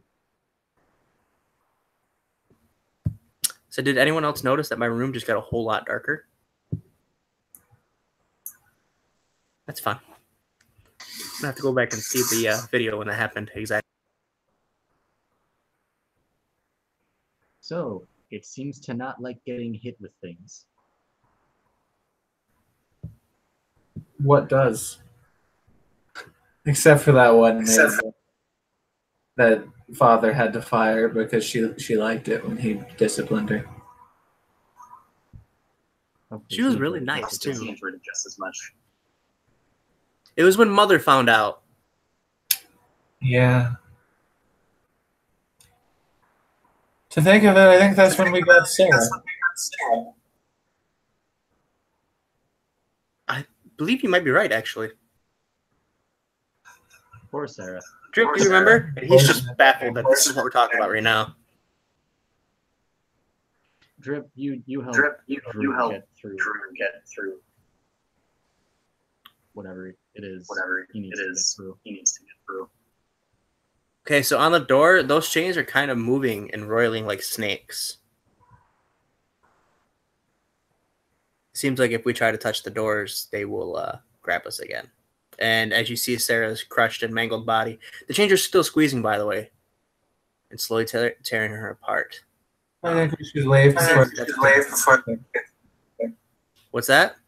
He's just Dario looks about and she's just like before this gets closer.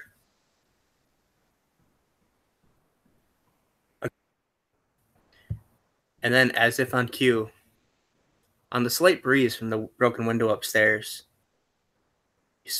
we all smell the sweet scent of peppermint. And then Drew says, who would be playing a violin at a time like this? None of the rest of us hear it.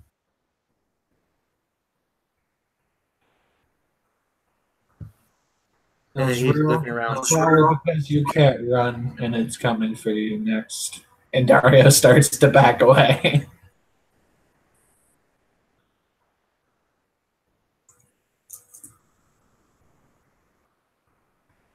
Jasper is holding the poker in his hands, shaking, and he's just looking around everywhere he can to try and figure out where the thing is going to come from.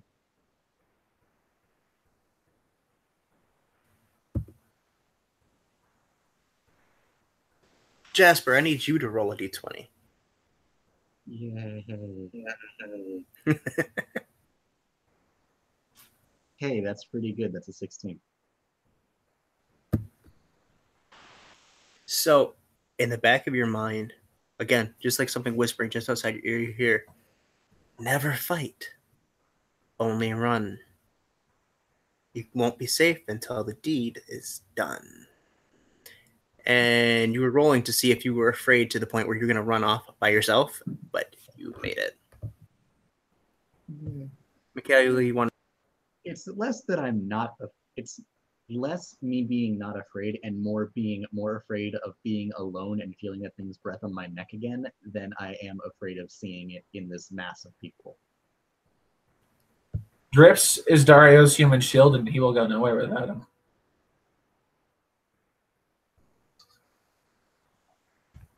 You say this out loud. No.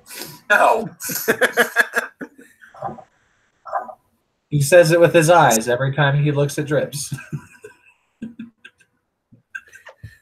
So, Drip is going to grab Drew and sling him over his shoulder and say, "Boys, we have to find another way out."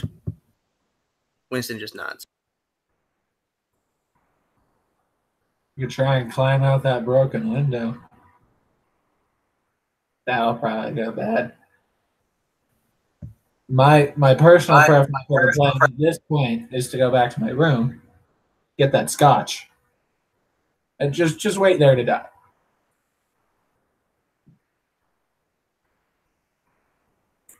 But since I doubt any of you are going to agree with that, let's find our sisters. Yay!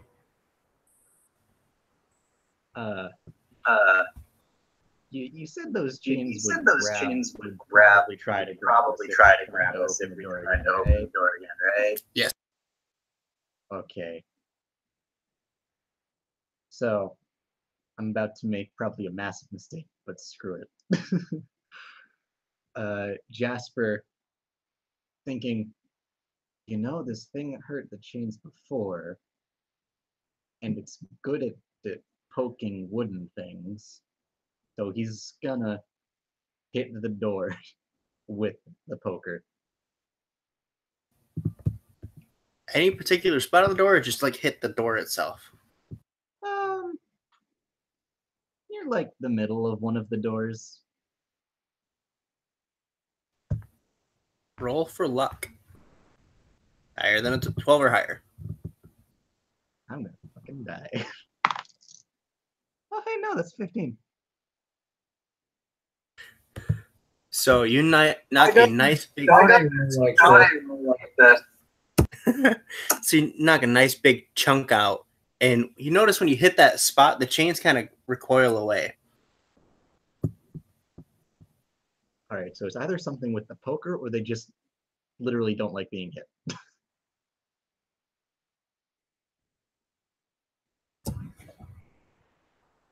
He's just gonna keep hitting the door, trying to bust it down.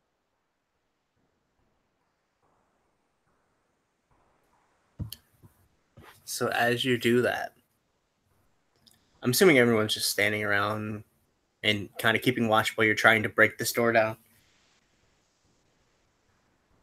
We can all hear. I position myself to a ball, and Drifts is in front of me. With Drew on his back. Yeah, it'll make it easier to push him over. We have a meat shield for the meat shield. Effective battle strategy. So we hear whack, whack, whack, whack. The three of us all need to roll a d20. Oh, yay. 14 or higher. Oh, 14 exactly. 17. Oh, no. I got a 2.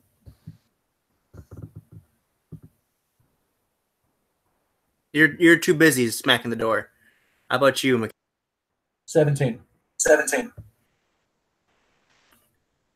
So you hear it first, and then Winston hears it. You can hear once again those odd footsteps. I hadn't heard footsteps. footsteps. Oh, well, okay. For the first time, you hear footsteps in an odd rhythm, but yet rhythmic, as if something's dancing down the hallway. I prepare to push over. Always. If the need should arise. Winston says, "How much longer there, Jasper?" How much longer there, DM? It's gonna take a couple seconds. Not too much longer. Hey, could you hit it harder? I'm going as hard as I can. We should have found an axe.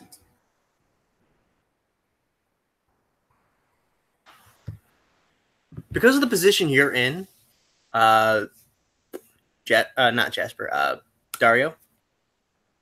What it is this kind of like up the stairs and then down the hallway, and Winston's looking down the hallway, and you can get you from the corner you're in, you can see up the stairs.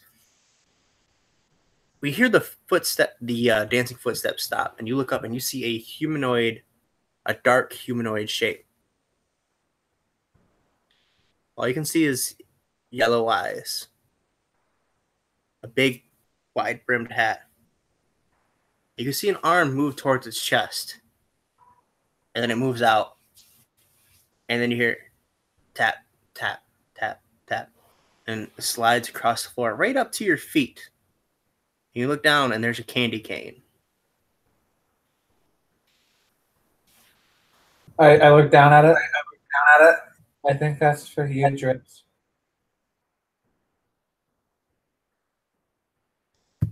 This is the point when you can smell urine. It's not yours.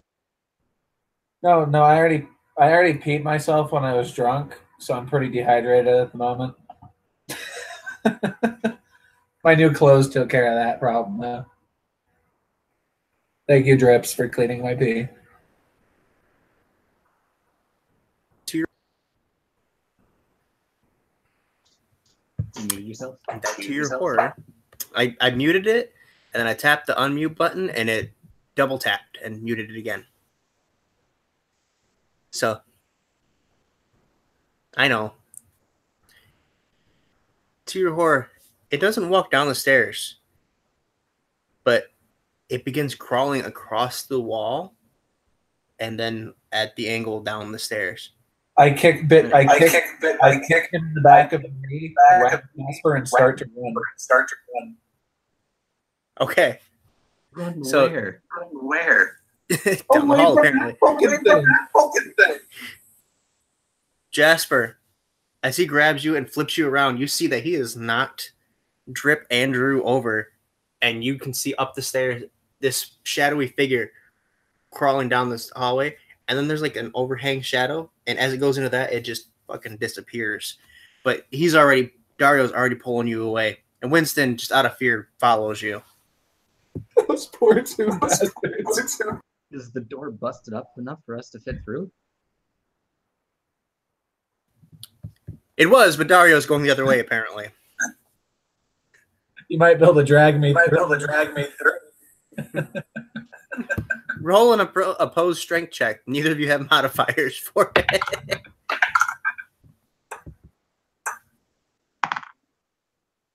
4. 2. So yes, We are the buffest in the world, and this is the saddest fucking nest ever. so it's this awkward like toddler struggling for a second, but ultimately Jasper, you win and pull through this just barely big enough for a human to fit through hole, and you drag your brother through, and Winston dives through, and then you hear a slashing sound, a classic horror movie sound of, and then you hear a splattering liquid sound, and then Drip dives through, drenched in blood, and he has a long tear along his shoulder. But you guys probably didn't notice that because you're running somewhere. Where exactly are you running? You're in the front of the house.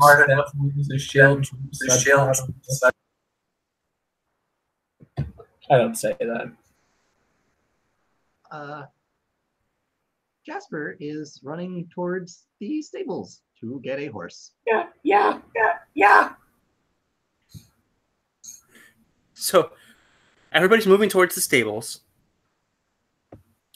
Busting the door. You don't even open the door. You just kind of fucking full body throw yourself through it. And you're feeling around, and you can't see anything. There's no lights on in here. That's fine. You also don't hear anything. Oh no.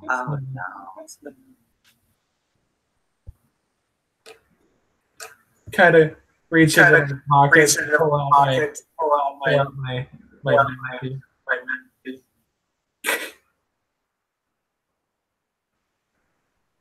or whatever we use to light. there used to be 2 horses in here, or 3 horses in here. Sorry. They're kind of. Remember the maid? Oh, Imagine that. I mean, you could have at least left enough for us to like try to put together one horse out of the remains. I mean, if we had the time, we could definitely Frankenstein one together with these pieces. But you know, none of us are necromancers. Chip, I'm gonna have to ride. And the flame goes out.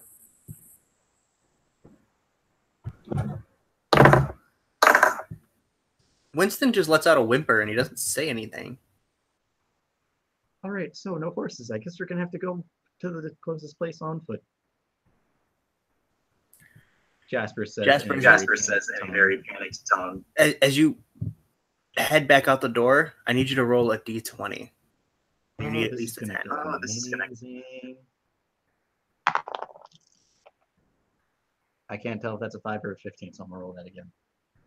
All right, that's a 17.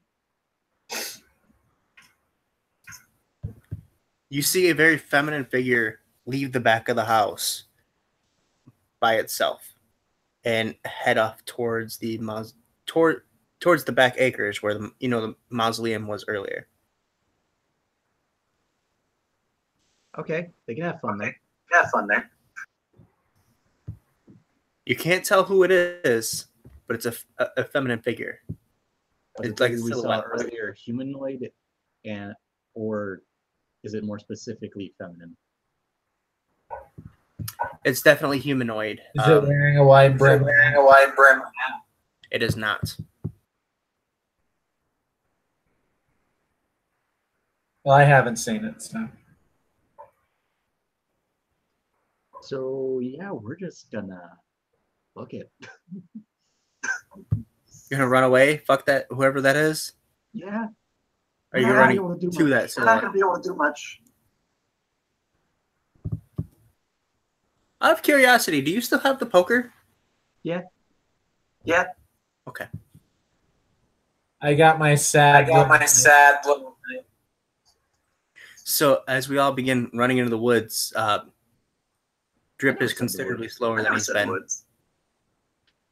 Well, the manor, other than the open acres and where the mausoleum is, we are surrounded by. I wrote it down somewhere. It's like 42. Surrounded by woods, dark the woods, and just kind of and looks back and forth, shaking, mumbling the tune over and over again. There's no road. There's like a gravel road that leads up to the house. So there's like one certain path through the woods, but again, it's the smallest part, which would be that part, is about 14 acres of woods. It's a bit of a hike. It's manageable in like a couple hours, but still.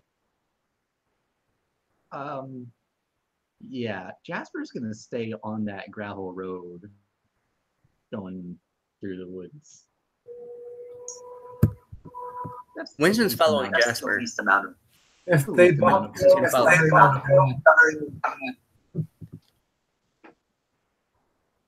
You are muted, my good sir. muted. So as we all begin heading towards the road to head out towards civilization, hopefully, a fog starts setting in and it gets thicker and thicker and thicker, and it smells like this one time Jade thought she could cook. Everyone knows she can't, and she saw a maid do it one time, and she was taking a bunch of sugar and butter.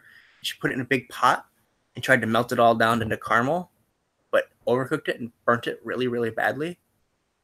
But it's smelling like the caramel did right before it burnt, with faint sense of the cinnamon with it. And then as the fog gets thicker and thicker, the trees begin looking more and more like humanoid shapes. They seem to be shrinking, and then they seem to be moving. And Prepare to kick chips. You're fairly certain it's just a trick of the mind. but you really can't tell anymore. Before long, we can't even see each other anymore. Hello? Hello? And that's when the laughing starts. Oh, fuck. Take It sounds chips like first. Chips first.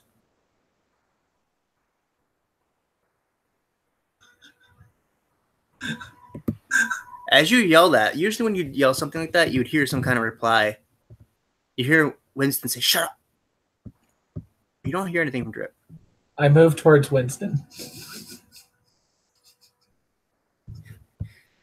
Are you holding his hand now? Yes. Yes.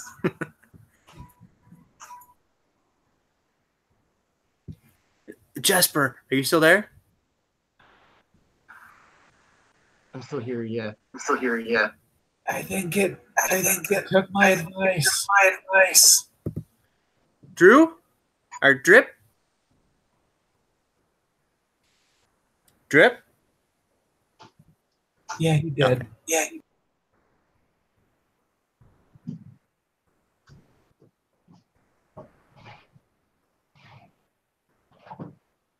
So the options are move back towards the house, which seems terrible. Continue on the road, which seems terrible. Or wait here and just die.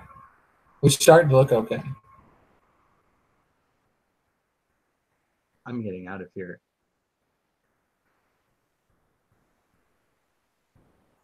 Okay. Grab belt loops. Everybody grab a belt loop. Everybody grab a belt loop. Winston has your belt loop so tight that it's giving you a wedgie. It's okay. It'll just make me It's run okay. fast. It'll just make me run fast. And Jasper is going And to Jasper grab is going to Winston's grab belt loop and Winston's his the belt loop poker in and- one hand. His grip on it absurdly tight, but his hand is shaking. And fast march.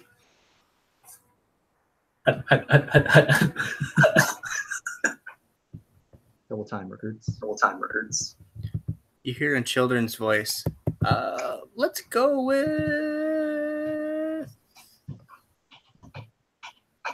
Oh, I know what I can do. Hold on. Of course, Dario. You can hear a children's voice shouting, "Yes, this way, Dario. We got to go this way." No, we fucking don't.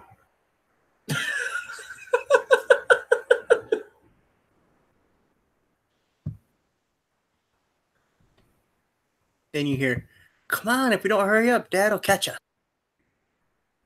Well, Dad got caught, so I'm gonna go my way.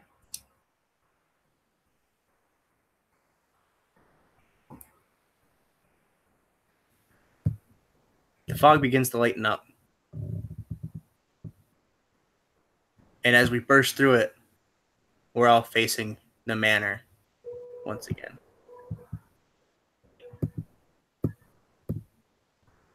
Oh, this thing really Oh, is. this Dario. Mostly Dario. Mostly Dario. It's gonna kill you, It's Doc. gonna kill you, Doc.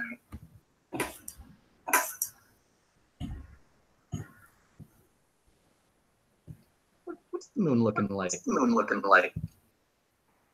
The moon? It is a full moon, as would be anticipated. It is kind of a bright pinkish, close to reddish color. Where is it in the sky? No. Where is it in the Yeah. sky? What's that? Is it in the sky? Is it in the sky? What time is it? What time is it? It's pretty low into the west. Okay. If you're trying to estimate about the time, it'd be somewhere around 5 o'clock. Just gotta make it. Just gotta make it.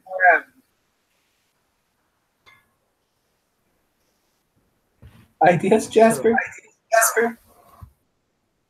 Well, Well, I saw someone Earlier I going saw someone to going Mom's to mausoleum. Mom's mausoleum. Didn't look like the thing that Didn't tried look to like kill the us. thing So that that's tried to good. kill us, so that's good. But it's the mausoleum. It's the mausoleum.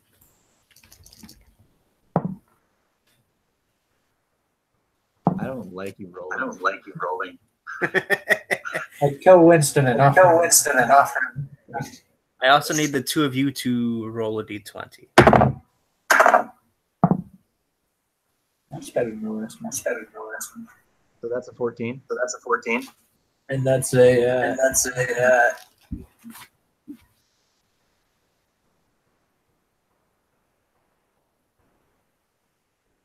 A what? 18. 18. Okay. Buddy. I don't know. Hold on. So, what are we gonna do? I guess plan of action is to go plan to of the action is mausoleum. to go That is that is there's Okay, I heard Connor say go to the mausoleum.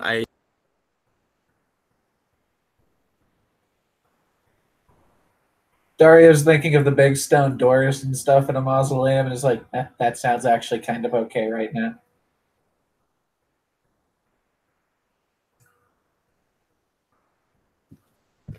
Okay, so we all start heading that way. When we round the corner behind the house and to get to the gravel trail,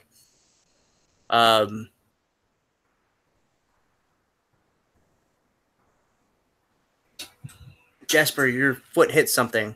Roll a d20. See if you fall over. Gotta be better than a 12. I fall over. I fall over. So you trip over and you land face to face on top of the gasping form of Jade. She's gasping for air.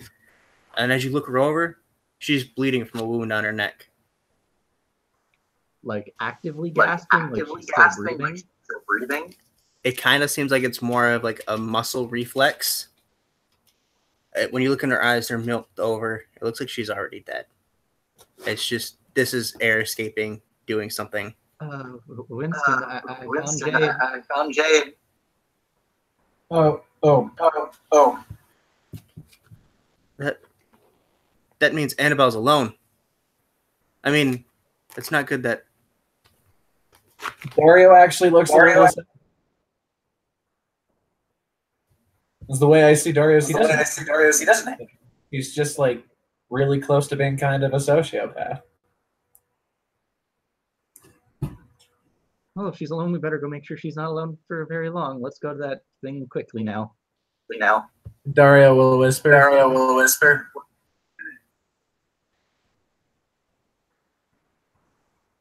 What started? Huh? Would you say Dario was... Oh, when he said, let's go help Annabelle, Dario will say, what if she did it? That's gonna give Winston pause. Well, there's 3 of us. 2 of us have armed ourselves.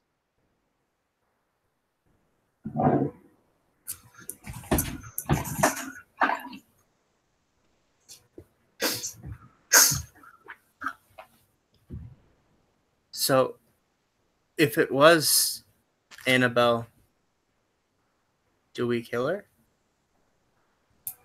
We at least maim her if she attacks.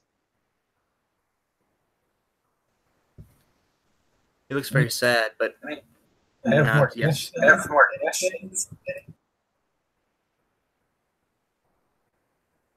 And then he's going to start pulling Winston's belt loop to get them moving along. And the train continues. See, Chip's his fault. That he didn't join the train in time. And he died for that. You mean And also, that was his. I know. So as we lead this charge, we begin running and we cross into the courtyard. Or not courtyard, but into the graveyard, cemetery, whatever you want to call it. And up to Mom's mausoleum. And the door's been left open.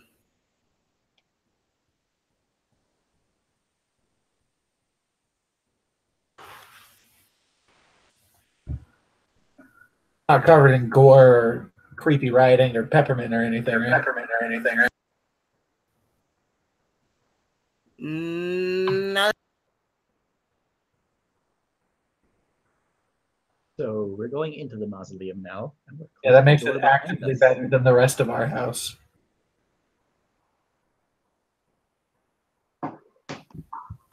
so as we walk through it, I'm assuming we shut that damn stone door. Yeah, we do. Only if it's light inside.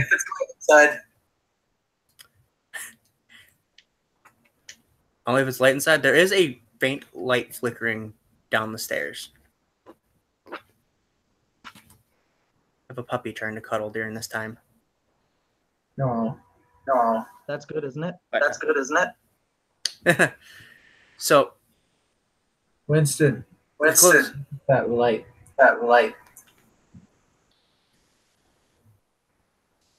So we close the door, and on the back of it, hammered with the large silver spike into the hard marble stone, is another piece of paper. And this time it says, "The deed will soon be done, and then once again you'll be safe by the morning sun." Does that mean we just gotta survive an hour? I mean, depends if it means dawn or first light.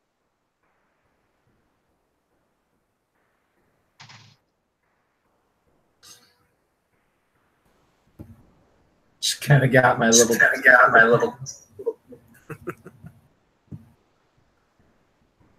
I guess there's one thing. So as we creep down into the basement,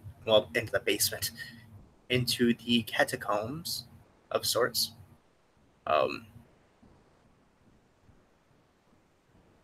exactly are we doing here? Are we just walking to Mother's tomb? Are we checking each room?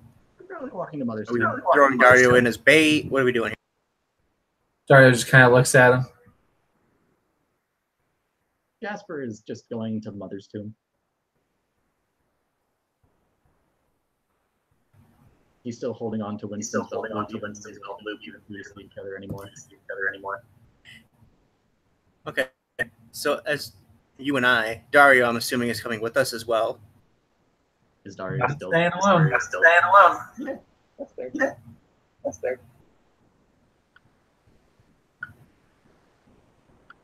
Bad things happen when you're alone. It's very true. So Good chips.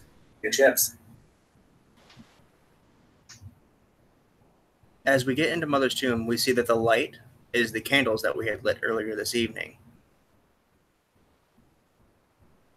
And if you glance around the room, Are all but three out? all the what? Are all but 3 candles out? No, they're all still lit. They're all still burning at the moment. And here I thought symbolism.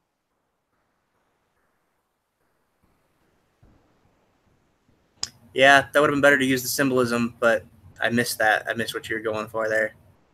But no, they're all still lit. So as we get to Mother's individual sarcophagus, I guess. Yeah. The Jasper is staying back very close to hold a poker in front of him with both hands shaking very visibly.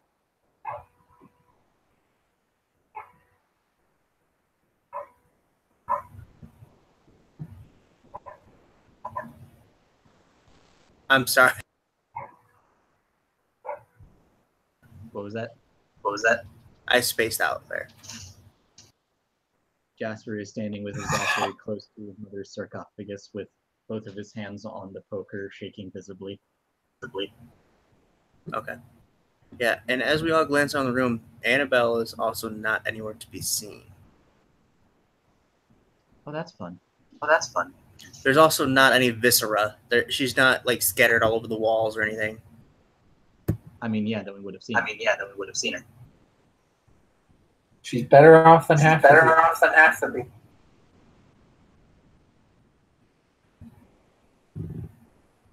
And then we all hear it. As we are trapped in this corner under the ground next to our deceased mother, scared out of our wits, we hear solemn violin playing. In Dario starts considering the mother's coffin with her. In the exact rhythm you've been hearing all night, Dario. The song's finally piecing itself together. You can hear it in your head. And then we all hear a thud. And looking straight down the hallway as you are, Jasper, you see Annabelle's body fall to the ground. Intact and whole, but completely still.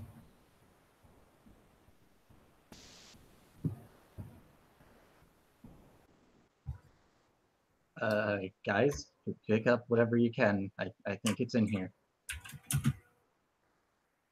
Way ahead of you, Dario is in fact climbing into his mother's tomb.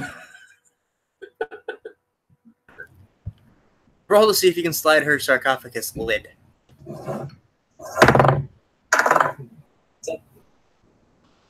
How much? 17. Yeah, you just can climb inside, but you can't quite get it shut. Just hide next to mother where I will say. Wait, no. With the 17, I will say you be able, if you want to, you can slide the lid all the way shut if you would like. Dario doesn't want it all the way. Because he wants to be able to see us happening. Okay. So you do that, and you're watching out. He wants to be able to get his thing out, so he doesn't have to lift straight up. Well, you gotta remember, it is also a heavy stone. That's why it would be easier. To under and then raise it the side and pull it out. Then it would Which is part of why he keeps it cracked. So you keep it just a little bit open. You can see, just like in a flash, Dario is just gone. And Dario, from within the casket itself, you hear in a woman's voice, "This is a very good place to hide." See, that's not very convincing.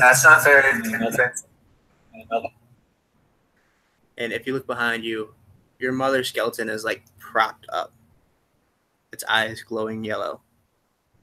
Are you on my side?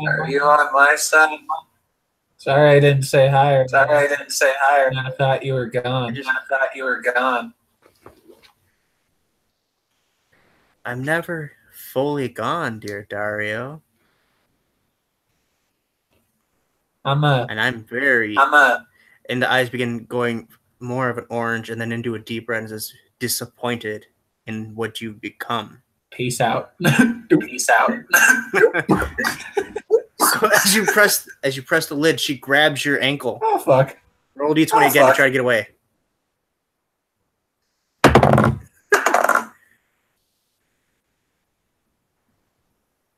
Two. No, she pulls you. Connor, we both. Dario comes flying out, screaming, "Mommy!" And the skeleton of her mother grabs his ankle, pulls in, and closes the lid. And all we can hear is Dario screaming. That's fair. How's he doing? He's urinated himself, and his mouth is just agape. Winston, I understand that this is very frightening, but I have something to put out. He starts looking around, and he just like grabs a candlestick.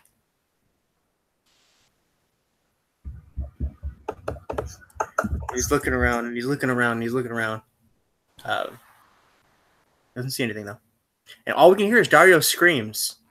Dario, from within the casket, the skeleton isn't moving anymore, but it's holding you with an iron grip. I'll be better.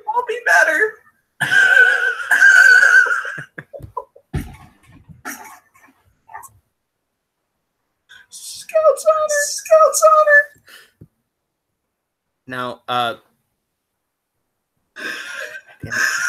So Connor, Winston's moving up beside you, and he's got the candlestick held like a staff of sorts, and he's staring down the hallway with you.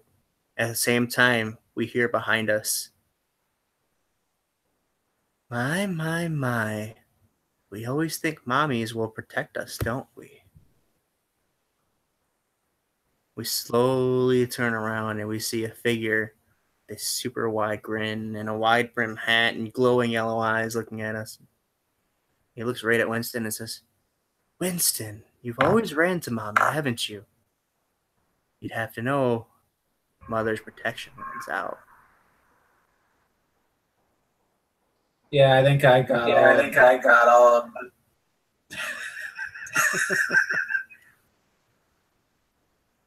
So, and when we look at him in the flickering candlelight, we can see these black veins growing down the side of the marble sarcophagus.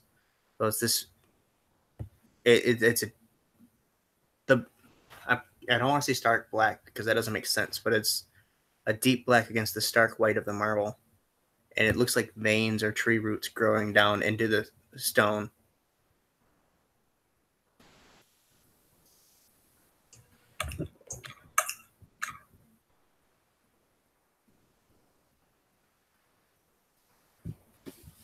Finally, the creature says, well, Jasper, our deal is up. The sun has risen. You may leave. I thought it would just be one. I thought it would just be one. No. And I will follow you for a very long time, my young friend. And when you do die, I will get to claim your soul. That is the deal. I will see you very soon. And then the candles blow out, and we're left in the dark. What the fuck does she mean by that? And that's where we'll end. Dario is both terrified inside that coffin right now. So, happy Halloween, everyone. We're 10 days early, but I've been looking forward to this, and Halloween is my busiest time of the year. I do a lot of things. I have a lot of traditions around this time of year, so we figured we'd go ahead and do this. Hopefully we'll get Curse on Dice going again here really soon. We've had a lot of scheduling conflicts and whatnot with people being in school and other people working and other people having babies. But I hope you enjoyed this story. Now, I mentioned earlier that I am writing a book in the Draconica setting, and it's about this family. And Winston, who could have died if he was left alone, by the way, fully could have died. I would have let it happen, and he would have been completely written out of the book that I'm writing. But this is supposed to be his Haunted One background, essentially. And I thought it'd be fun to play that out for the Halloween game. So I hope you guys enjoyed it. I don't know if you felt any of the real fear, but personally I got a little creeped out when my room here got a little darker when it shouldn't have. It's Mother's Spirit. She's coming for you. Oh, Mother protected me. She didn't let me out to see that. If But, that's not until Mother, next time, everyone. Mother's no other.